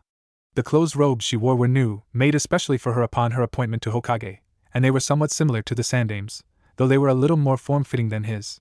The diamond-shaped hat sat proudly on her head, and her eyes were bright as she smirked a little towards the fire daimyo. It was other person that blew some people's breath away. The kimono Tsunade had picked for Sakura, found in a box in Tsunade's old home with stasis seals to keep it in the best condition despite all the time that passed, was a red base with pink blossom petals traveling from the bottom hem towards her shoulders as if they had been caught in a breeze, tied together with a dark blue butterfly obi sash with red cord. The sleeves were a little long, but not long enough to signify Sakura as a young woman with no attachments, and her hands were clasped in front of her, right hand over left. She only had a little makeup on, just enough to enhance her natural beauty, and her shoulder-length hair had been pulled up into a short ponytail, held up by two hairpins crossed together with pearls on their ends. She was stunningly beautiful, and the girl held her head up high as she gazed at the daimyo. Ino couldn't hold her jaw up, and she knew that a few others around her were mimicking or close to mimicking her as they stared at the girl. Is that really Sakura? What's she doing with the Hokage? Why is she dressed up like some nobleman's wife? Oh my Kami! Don't tell me that in her sorrow of losing Sasuke, she's now offering herself to. Wherever Ino's thoughts were going were interrupted as Tsunade and Sakura walked up to the man, and Tsunade bowed to him, saying, "My lord, you honor our village with your presence. I wish to thank you for taking the time out of your busy schedule to come here." The man smiled broadly, and he waved a hand towards her in an almost flippant manner, saying, "Think nothing of it, Tsunade. I actually would have been quite offended if you hadn't informed me of this meeting. I must check up on my Hokage and see how she is doing, after all." He then turned his eyes to Sakura. "And who might you be, my dear? An apprentice of Tsunade's?" Sakura glanced at Tsunade and asked something with her eyes, to which Tsunade subtly shook her head, her own eyes saying, "Not yet." Sakura nodded in return and smiled respectfully at Katsuro. The whole exchange had taken place within 1 second. Sakura bowed deeply to the man and replied, "My lord, my name is Sakura. As to my status, that is one of the minor things Tsunade wishes to discuss with you. For now, I would say I'm on a probationary period of medical apprenticeship." Tsunade smugly smiled as she glanced back quickly. Good girl. Only say enough to keep him interested. Katsuro laughed a little and said, "Well then? This is something I must hear. Shall we retire to your office, Tsunade?" The woman bowed again before gesturing towards the tower. "Of course, my lord. If it would please you to follow me?" Before the three could get very far towards the building, one of the council members stepped forward cautiously and almost whimpered out, But my lord, what of the meeting?" They stopped, and Katsuro's eyes turned ice cold as he stared at the impudent man. "Then you can save me time having to find you and go seat yourselves inside the room with some of my samurai. They will ensure that you don't communicate with each other or anyone else until I'm ready to see you." The man paled a little, and Danzo palmed his face quickly, thinking, "Idiot," while the clan heads just glared at the council member for wasting their time to sit in a room. Before they could start heading for the door, though, the fire daimyo said as he started for the tower again, "Oh, and if any of you do try to communicate, it will be seen as treason, and you'll be executed." This time, the rest of the council joined in the murderous glares, and the man wet himself in response. As both Sakura and Tsunade giggled silently at the sight, they followed Katsuro into the building. The council followed them a few seconds later. Ino and the rest of the genin could only stare at the doors, all of them thinking the same thing. What the hell is going on? As the three people seated themselves in the Hokage's office, Tsunade looked to Shizen, standing near the door, and said, "Shizen, be a dear and bring us some tea, please. When you've brought it, make sure we are not disturbed by anyone, not even for emergencies." Shizen nodded her head and left to do her tasks, and Katsuro leaned back into his chair. "All right, Tsunade. Jiraiya told me a little of what's going on, but now I need the full story. First off, Is this Naruto Uzumaki really Minato's and Kushina's son? Tsunade pulled out a scroll and summoned the required papers before handing him Naruto's birth certificate. Yes. All of Konoha had been caught up in the confusion of the Kyuubi attack, but Minato made sure to give Jiraiya all the appropriate paperwork before rushing out to join the battle. Both Minato's and Kushina's blood were applied to the seals on this. As per Konoha medical laws, we also have vials of their blood sealed in a secret location to ensure the validity of any future claims. The daimyo raised his hand. No need to bring those out. Minato and I were very good friends in both our business and personal lives back when he was alive. When Kushina was pregnant, he gave me a scroll containing their blood samples as well. I think he was planning for a scenario where this might happen and their vials had become compromised. Tsunade raised her eyebrow and crossed her hands in front of her. I trust you brought them with you.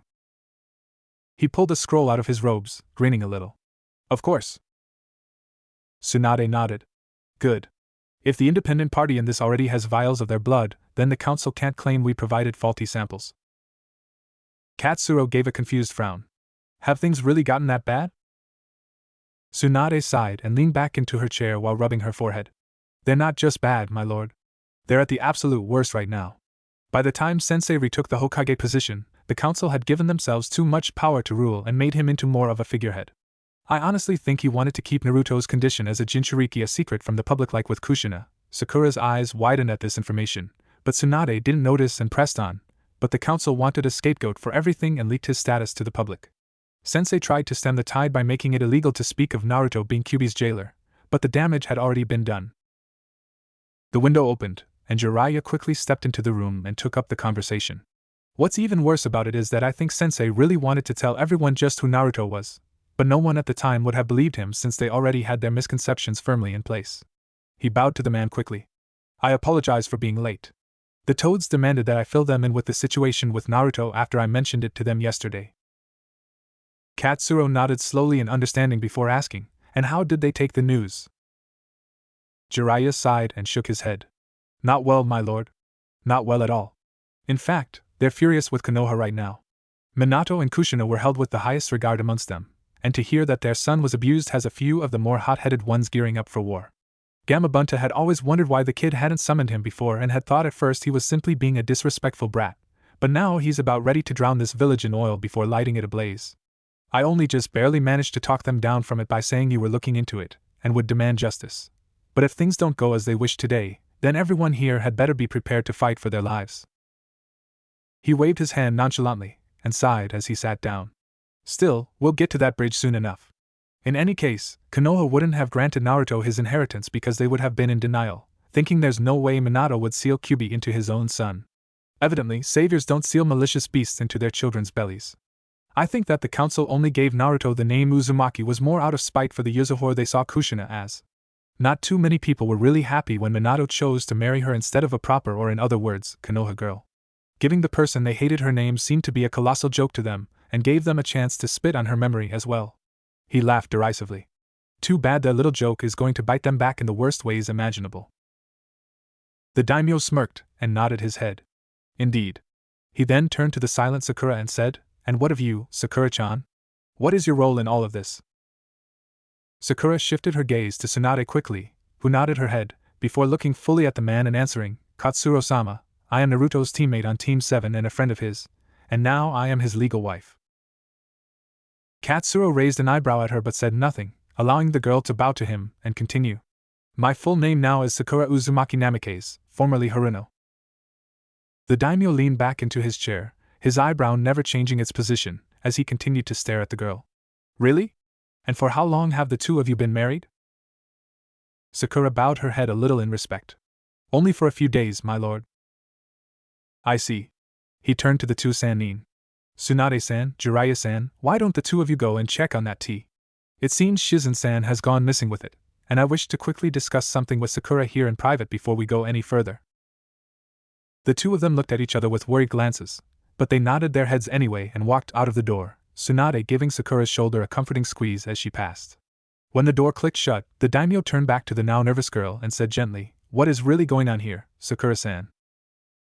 Sakura's gaze snapped back up to him, and she stammered out, And my lord?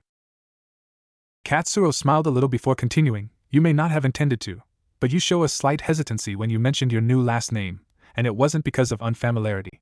Naruto-san did agree to this of his own free will, did he not? Yes, Katsuro-sama. Then what is bothering you right now? You have this small aura of guilt around you, and it is affecting your actions. Sakura turned her head, unable to look at him fully in the eye. Katsuro continued gently, there was another boy, wasn't there? She nodded, albeit hesitantly. Who? She took a deep breath, trying to control herself, before she answered, Sasuke Uchiha. He was our third teammate on Team 7. Ah, yes. The last Uchiha of Konoha. Some of the more sycophantic ninja praised the boy for his skills, recommending that he one day become one of my guardian ninja. Tell me, did you love him? Sakura was about to nod again, but she froze for a second before answering, I did, or at least I thought I did. Katsuro's eyebrow raised again. Oh? Tell me. Sakura shook her head in confusion. I don't know anymore. Back when we were children, I always dreamed of one day being his wife.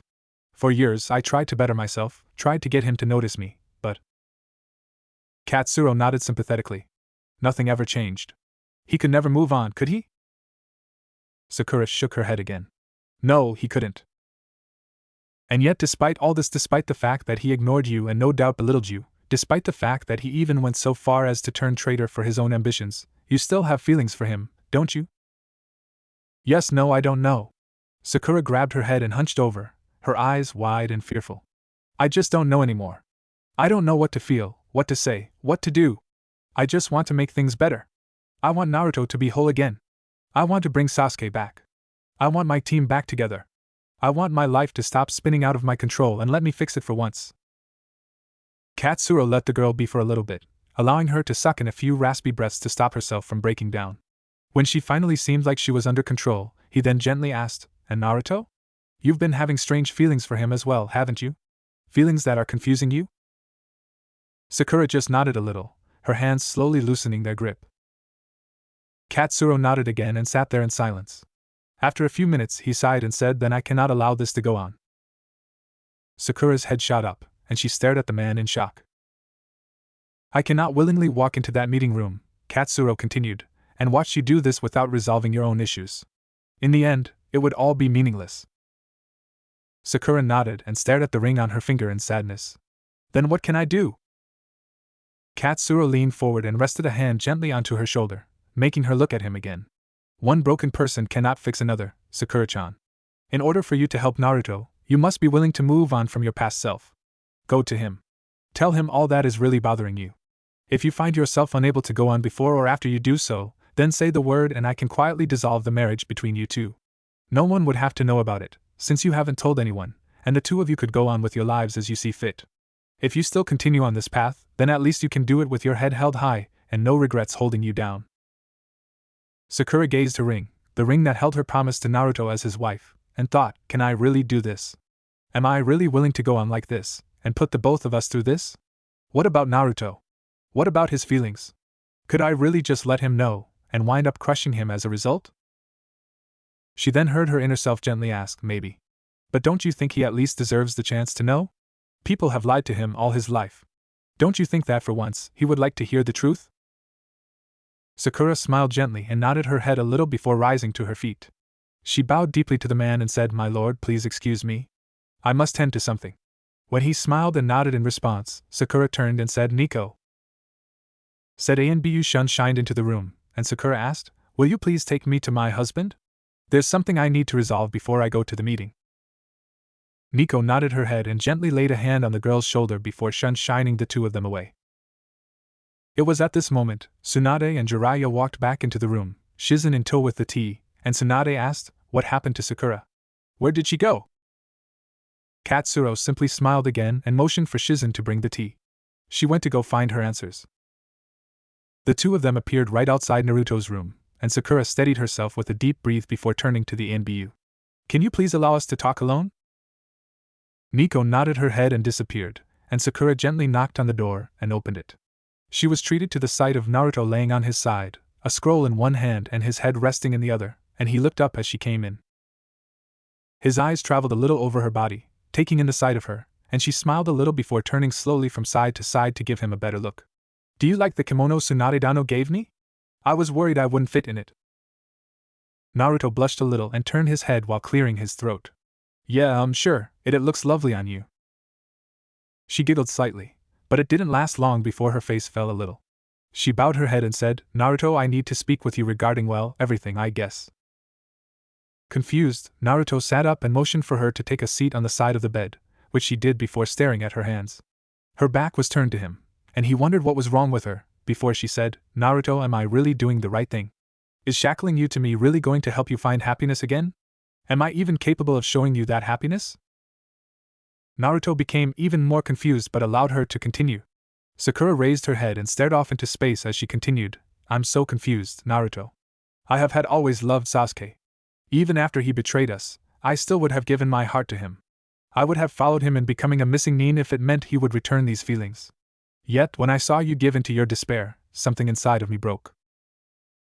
Naruto's eyes were starting to lose their light, as he felt those feelings of betrayal creep up on him. Suddenly, he felt like a fool for believing that she was going to change, but then again, did he really expect her to just switch feelings like that? Before he could say anything though, Sakura shook her head. No. That's a lie. I'm not confused. I'm afraid. I'm afraid that all of my feelings for everyone are just myself trying to fix everything around me and make it all into my perfect little world.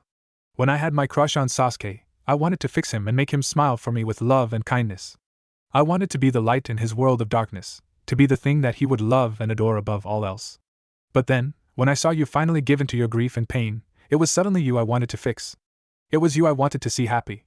It was your smile I wanted to fill. It was your darkness I wanted to light. The two of you had become these little birds with broken wings, and I wanted to take care of you so that I could see you fly. She lifted her legs from the ground and hugged them close to her, tears welling at the corners of her eyes as she lowered her head onto her knees. I'm afraid that everything will just be a lie, and that one day I'll wake up and find that I actually never truly cared. I'm afraid that, after everything I've done, I'll just find myself alone. I'm afraid that I'll just hurt everyone, no matter how much help I give, and I'll just make everything worse. Naruto sat there in silence for a few minutes. It's not as if she was really rejecting him. After all, he knew she didn't really love him like she did Sasuke. But to go this far just so that she would see him happy? That didn't make sense in the slightest, rebound crush or not. Sakura just sat there, her head down, as she waited for him to tell her to call it off. After all, who would want to stay married to someone who might not care for him no matter how much time passes? She was surprised, though, when she heard him shuffle closer to her side, and she lifted her head in confusion to see him sitting right beside her, his empty eyes staring at the wall. He was silent for a moment before saying, Back when we were at the academy, I had always known you were different. You were one of the few kids in class who wasn't outright mean to me, who was willing to help me get better. Whenever I had questions about the theory or something, you were one of the few people who would give me a straight answer unless somehow Sasuke was involved, which you would then either ignore me or punch me for irritating you. Sakura blushed in embarrassment, but she allowed the boy to continue on. As the years went by, I kept on trying, despite everyone telling me to give up, because I wanted to show you that your help wasn't wasted. Despite the fact that the teachers always sabotaged me and tried to see me fail, as well as the fact that I was never the smartest of the group, I always tried to work my hardest so that one day I could walk up to you and prove to you that I was worth the help you gave.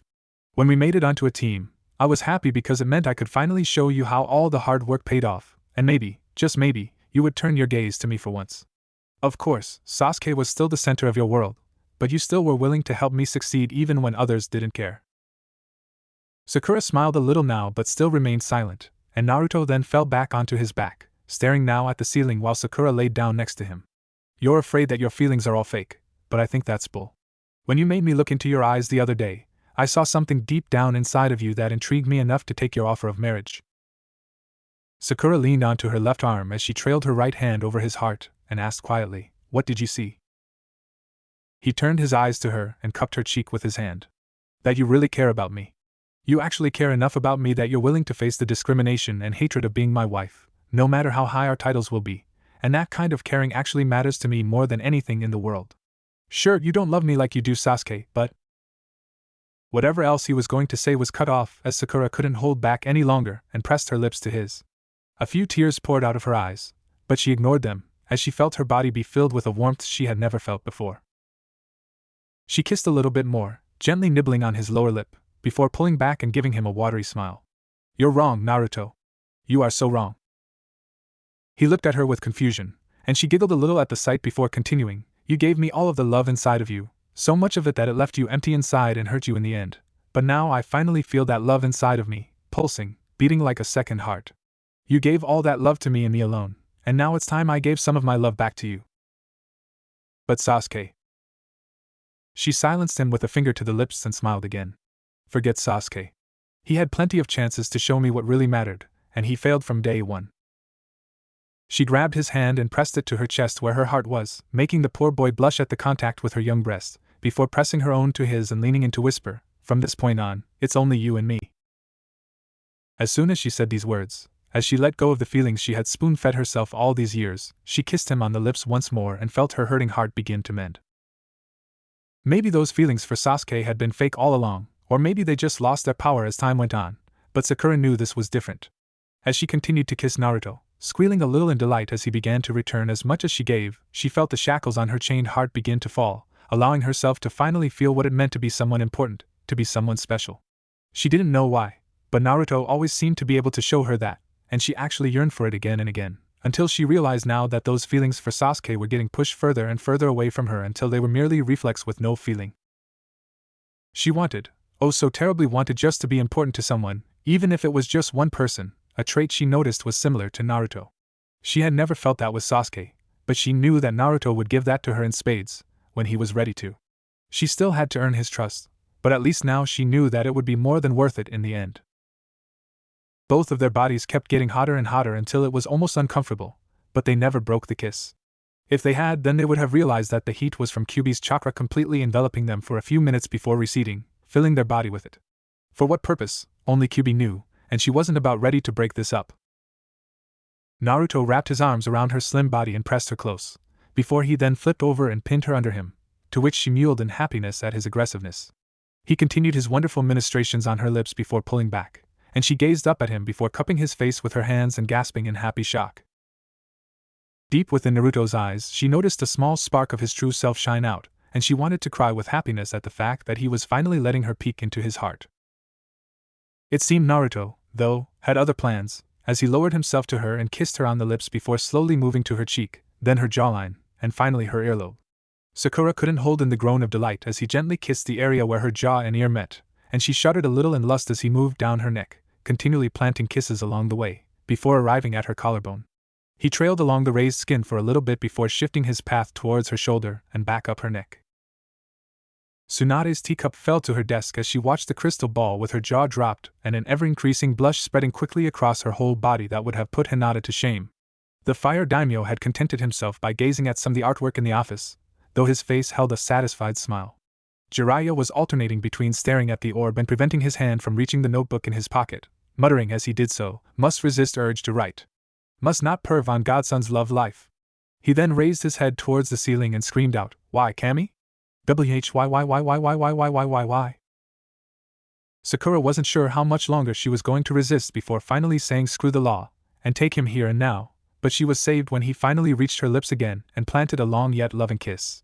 When he finally pulled away from her and gazed down at her shuddering form, Sakura had to force herself to breathe and calm down, her face quite red from blushing, before she turned her gaze to her husband and smirked.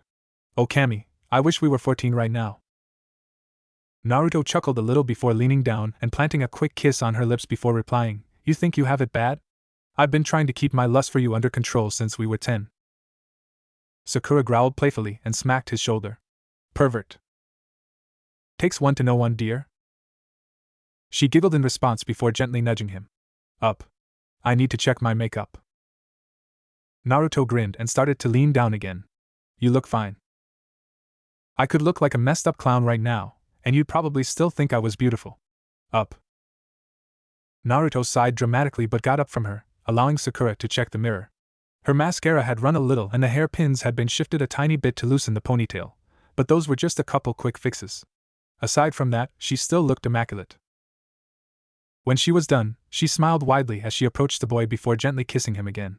She then said, Now, I'm heading back to Tsunade Dano's office. If you behave, then I'll bring it Chiraku's again.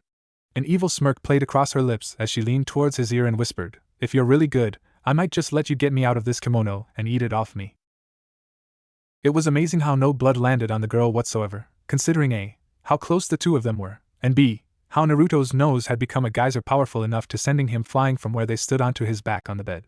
He stared at the ceiling with widened eyes yet again, while both Sakura and Kyubi laughed. Sakura approached him and coyly said, "Oh my, Naruto-kun. Your nose is always bleeding when you're around me. Are you sure you're okay?"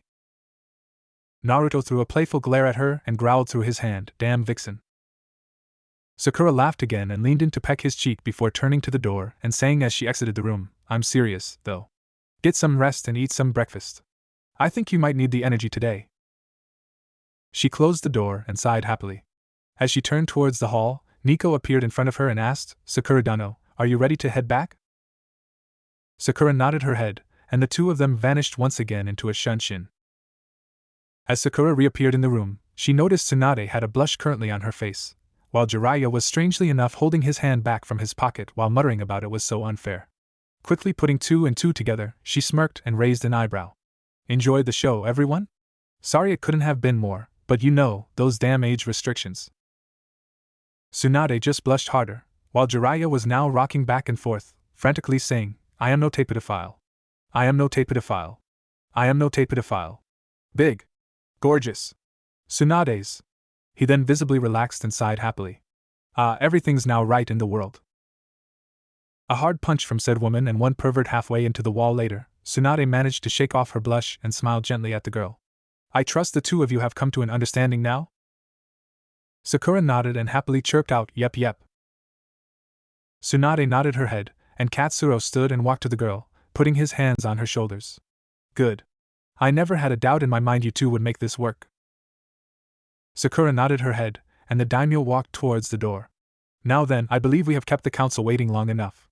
Shall we go?" Everyone nodded and left the room, though not before Jiraiya was extracted from the wall. Naruto laid on the bed where Sakura had left him, still staring up at the ceiling in bewilderment. A week ago, he would have laughed bitterly at the thought of any of this happening, but it was happening, and it was happening now. If Sakura wasn't falling for him now, then damn, would that girl be able to kiss when she did? Thinking about Sakura and what she was doing now made him scowl.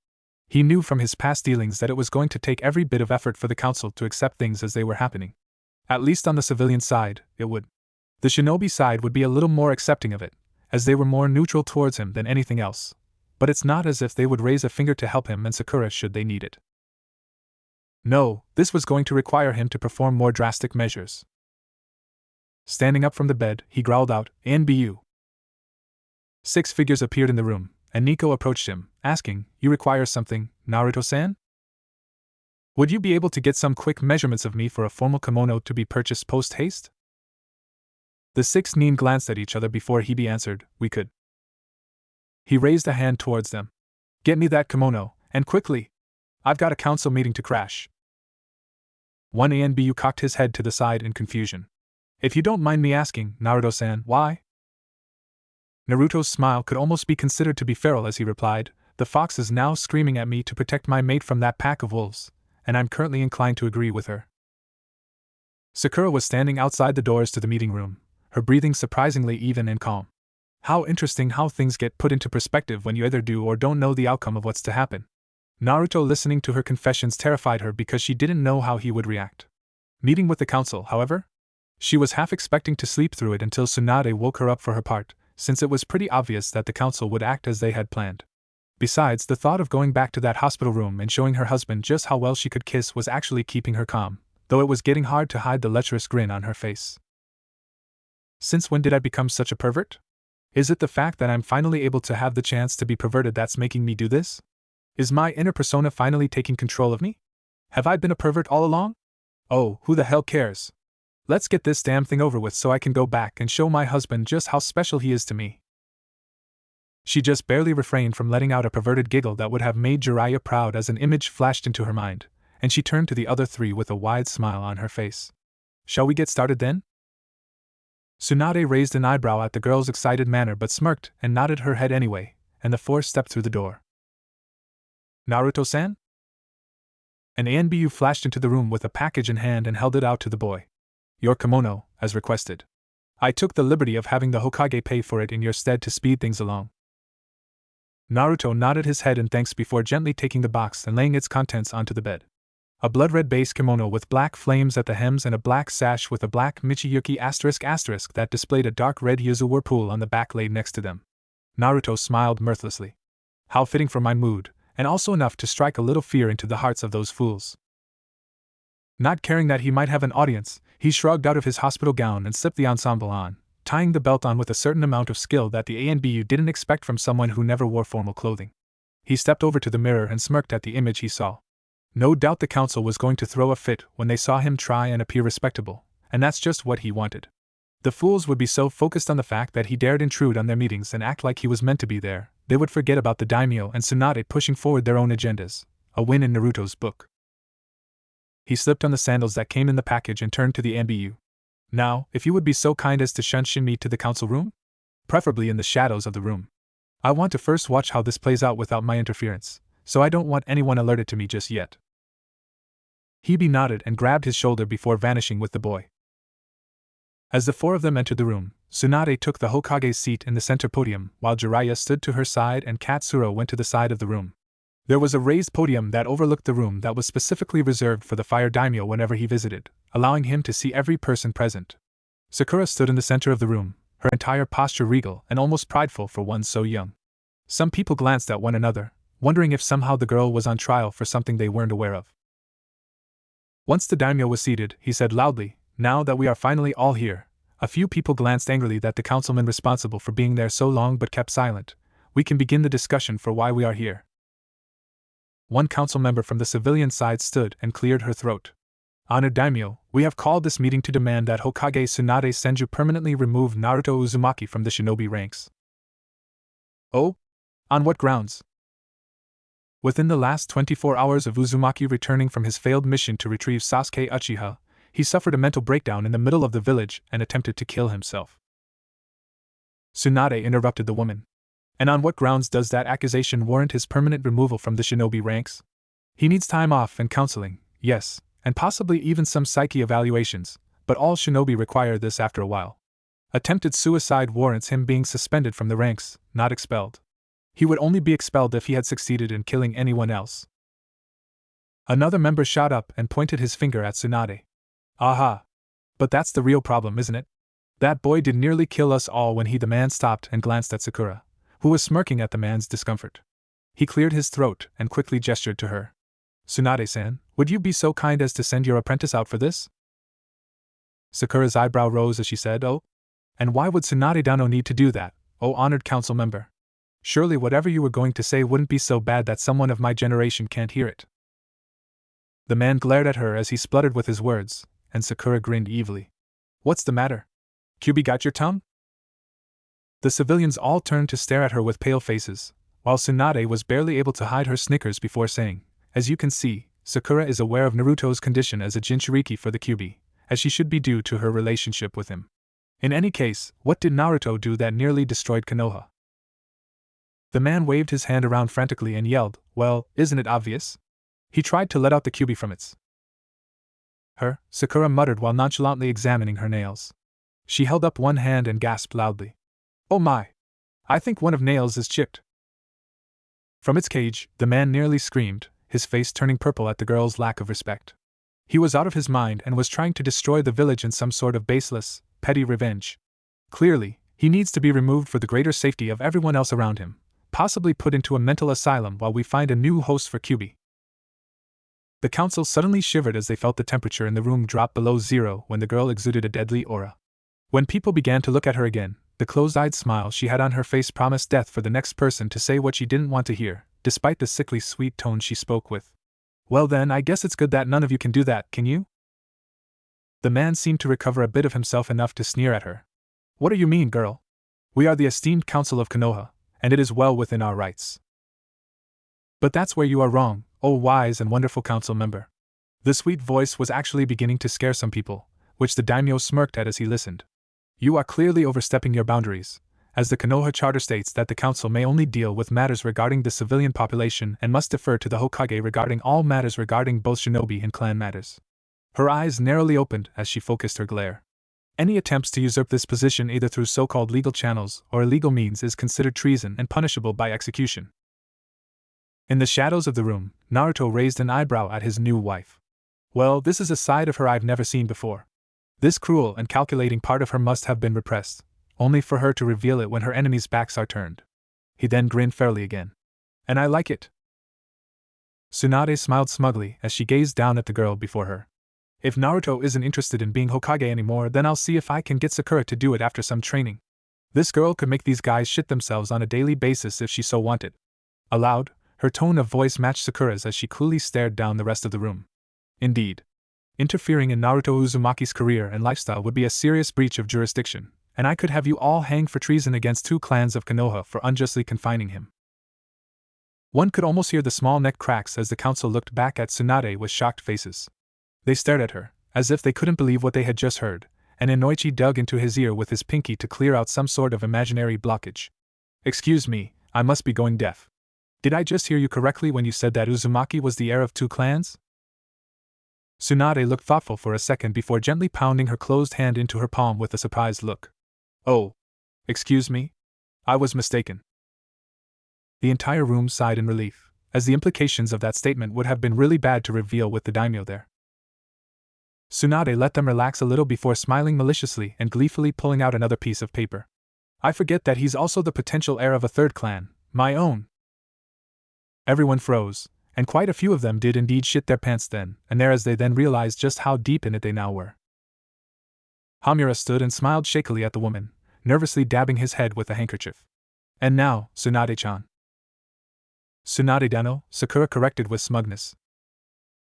Hamura glanced at the girl and cleared his throat. Tsunade-dano, you can't just go around making accusations like those without some sort of proof. Tsunade smirked and held up Naruto's birth certificate, and everyone turned ghost white when they saw displayed prominently on the page Naruto Namikaze Uzumaki. Hamura's eyes widened considerably, and he fell into his seat nearly babbling. Kohara decided to speak in his place and nervously say, "Oh come now, Hokage-dano. Surely those are forged? I mean, we would have known if Minato-san had a child." Sakura rolled her eyes and said nonchalantly, "Oh. And I guess seeing Kushina-dano walking around like a beach ball had been shoved under her dress was all just an illusion." Another nameless council member growled out, "Oh please."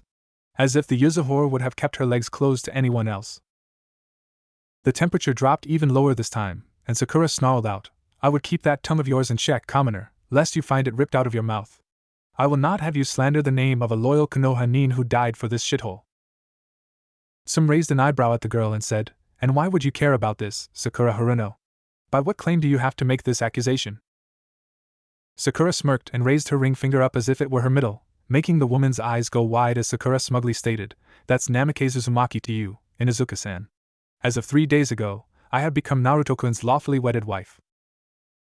The entire room exploded into an uproar, many people taking sides to exclaim that there was no way the marriage was true, that Naruto must have used some form of demon magic to make her become his wife, or that the girl was trying to bewitch the honored heir. Naruto had to suppress a snort when he heard that, in giving her all his money and power. It took several minutes for order to be restored, and when it finally was, several people were giving the girl either withering or bewildered looks. Sakura just took it all in stride and said, "If you think that I am lying, then very well." She turned to Katsuro and bowed deeply. "Daimyo-sama, I wish to request a boon of thee." The older form of speech impressed the man of how serious the girl was taking this, as it was the formal way for one lower than him to speak to him in an official manner, and imperiously nodded to her. "And what dost thou ask of us, Namikaze-dano? What request dost thou wish us to grant?"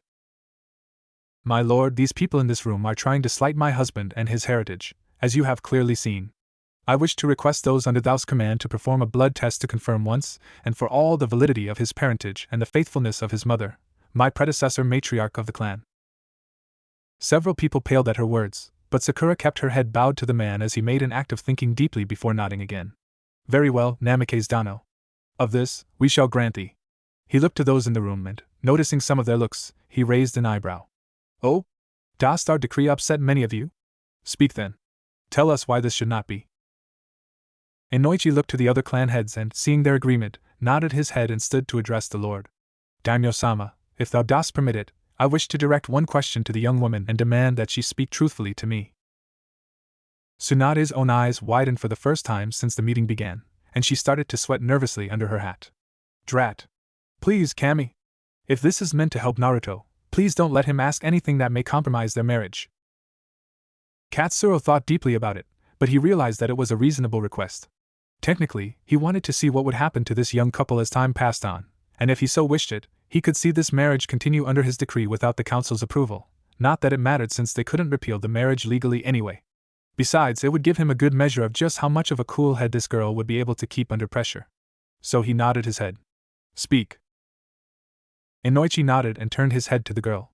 It was actually a little unnerving to see one so young stand there unflinchingly and stare him down from where she stood, and she was on lower ground than him. Inoichi had to at least give her credit for that. Most other girls her age would now be a trembling mess of terrified nerves. Clearing his throat, he then said, Sakura-san, I only ask this of you, why should any of us trust you in regards to being Uzumaki's wife? The claims of his heir status withholding for the moment, there is really nothing in this marriage that should have appealed to you to make this choice.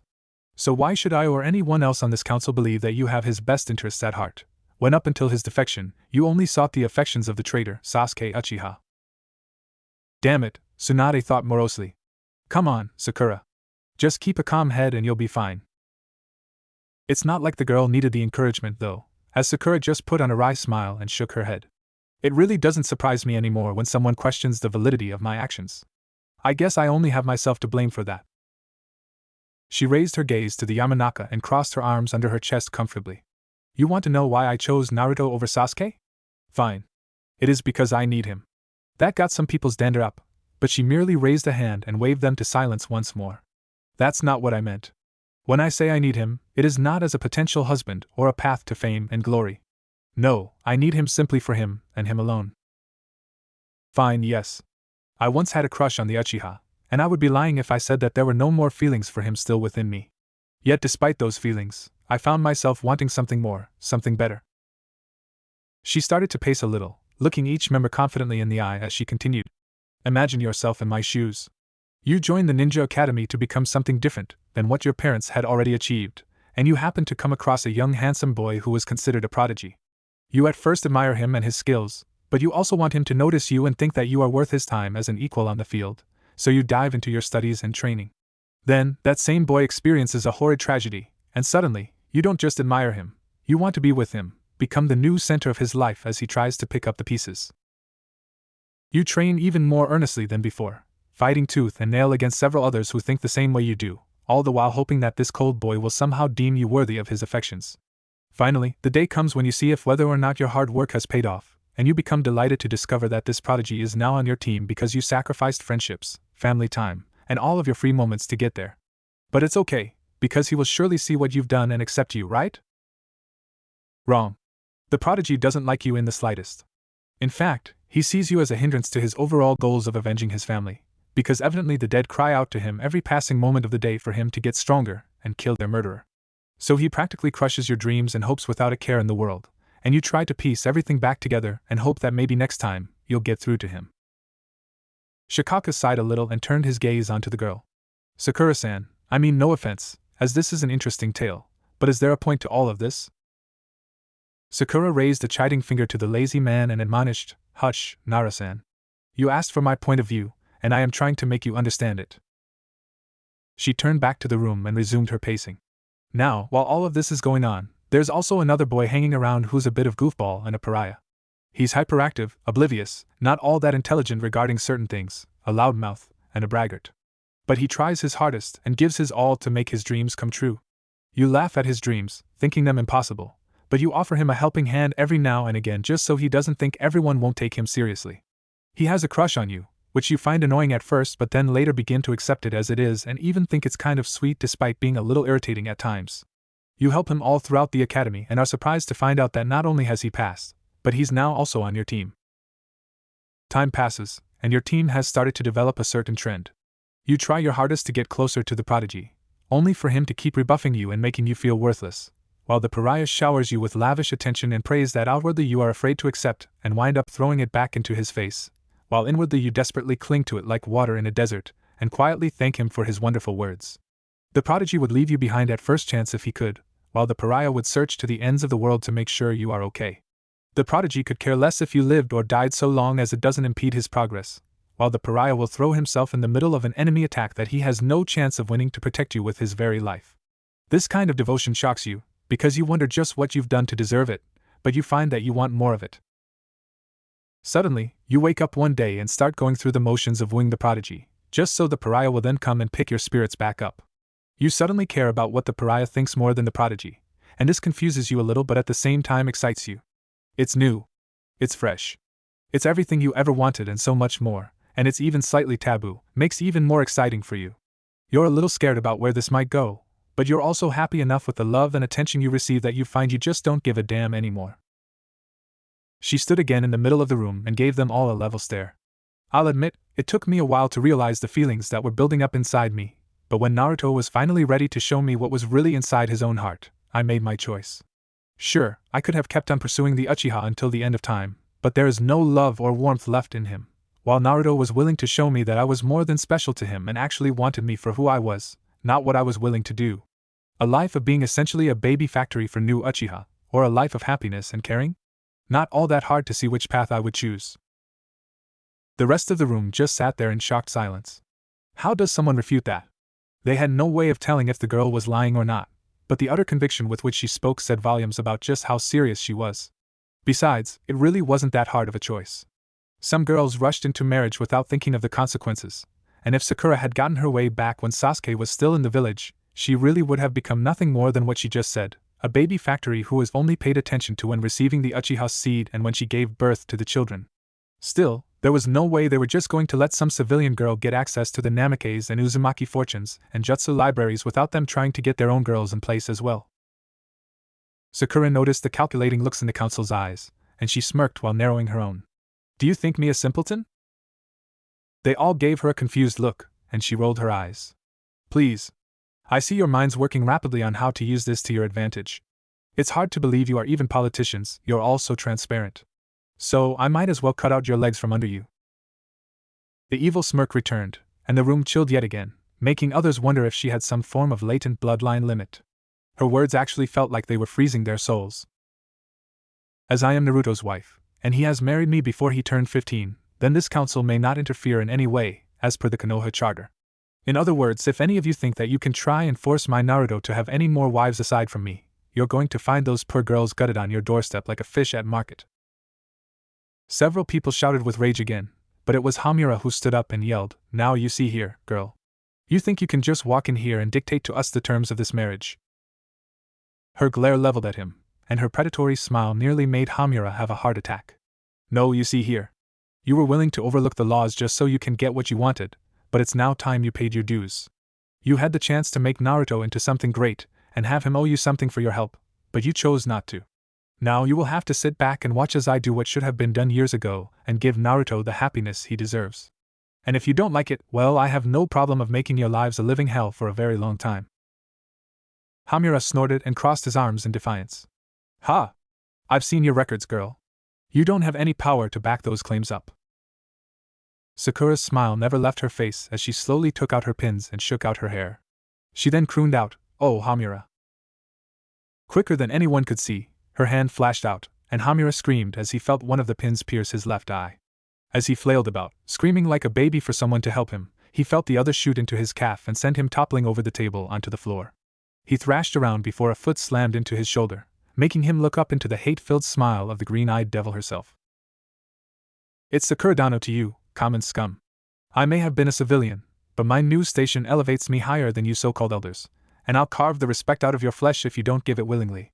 Remember your place. She turned her gaze to the civilian side, and many saw death reflected back in it. That goes to the rest of you as well. The civilians of this village should remember that they are here at the sufferance of the Hokage and the Daimyo. This place is a military dictatorship, headed by the Hokage with the clan heads as her commanders. If you don't like that fact, get out. Her gaze then traveled to the clan heads, and even the battle-hardened, tough-as-nails bitch who takes shit from no one. Some Inuzuka gulped at the look in this young woman's eyes. And if the clans don't like serving with those who they hate, then feel free to take your clans and go. I just hope you have fun with the kill-on-sight orders that we'll send to every daimyo and kage out there to remove traitors from the shinobi world, because I'll certainly enjoy watching your mangled corpses be dragged in and hung from the Hokage monument as a message to those who would go against the Hokage and the fire daimyo. You could hear a pin hit the floor loudly, the room was so quiet. Everyone just stared at this young girl who had effectively just ripped the rug out from under them and reminded them just who was in charge. a blonde woman wearing the Kage hat, and now this pink-haired young lady with fire in her very soul. The silence was broken when Koharu shot to her feet and screamed out, "Kill her!" Before anyone could blink, several tendrils of red chakra shot from the shadows and enveloped the two elders and those in the civilian council who shot to their feet to assault the girl. It burned at their skin, melting it away to reveal muscle, sinew, and bone. They all screamed until their throats bled, and then they screamed some more until their vocal cords were turned to goo. The fluids that were once their various body parts and organs all oozed to the floor into a large congealed, steaming mess, and the bones of the once council members collapsed into a heap. Once again, the room was sent into stunned silence, and a low voice then said, "No. I think this has gone on long enough." They turned to the shadowy corner of the room as footsteps were heard. Out of the darkness walked Naruto Namikaze Uzumaki in all his splendor, his blank eyes almost lazily taking in the carnage that he just unleashed while little wisps of Kyuubi's chakra danced around his fingers. Sakura brightened at the sight of him but restrained herself from launching towards him. After all, they still had a part to play, and her showing extremely lavish attention upon him would probably work against them. Naruto glanced around the room once more, making sure that no one else had any objections to what he'd just done. Out of all the people there, aside from Tsunade, Jiraiya and Sakura, the only other person to be perfectly calm about this was Danzo Shimura. Naruto had never trusted the old man, as he was a war hawk of the old guard, a man who believed that only by crushing your opposition could you have peace. Since Naruto had trusted Sarutobi, then naturally he had distrusted the man who was currently looking at him with calculating eyes. With a hollow voice he then said, "I guess that this leaves only you, Danzo.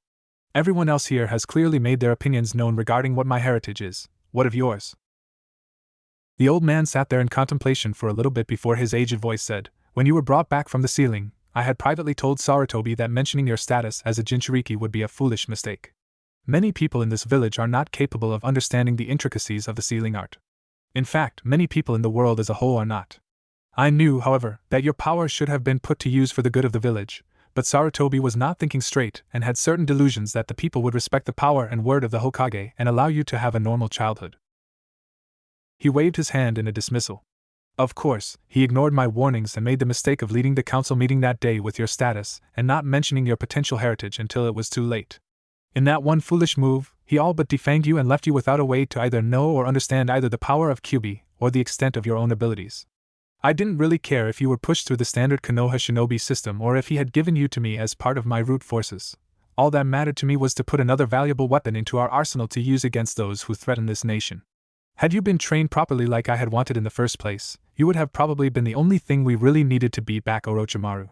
Combined with the rest of our forces, we actually could have had the chance to annihilate the traitor once and for all.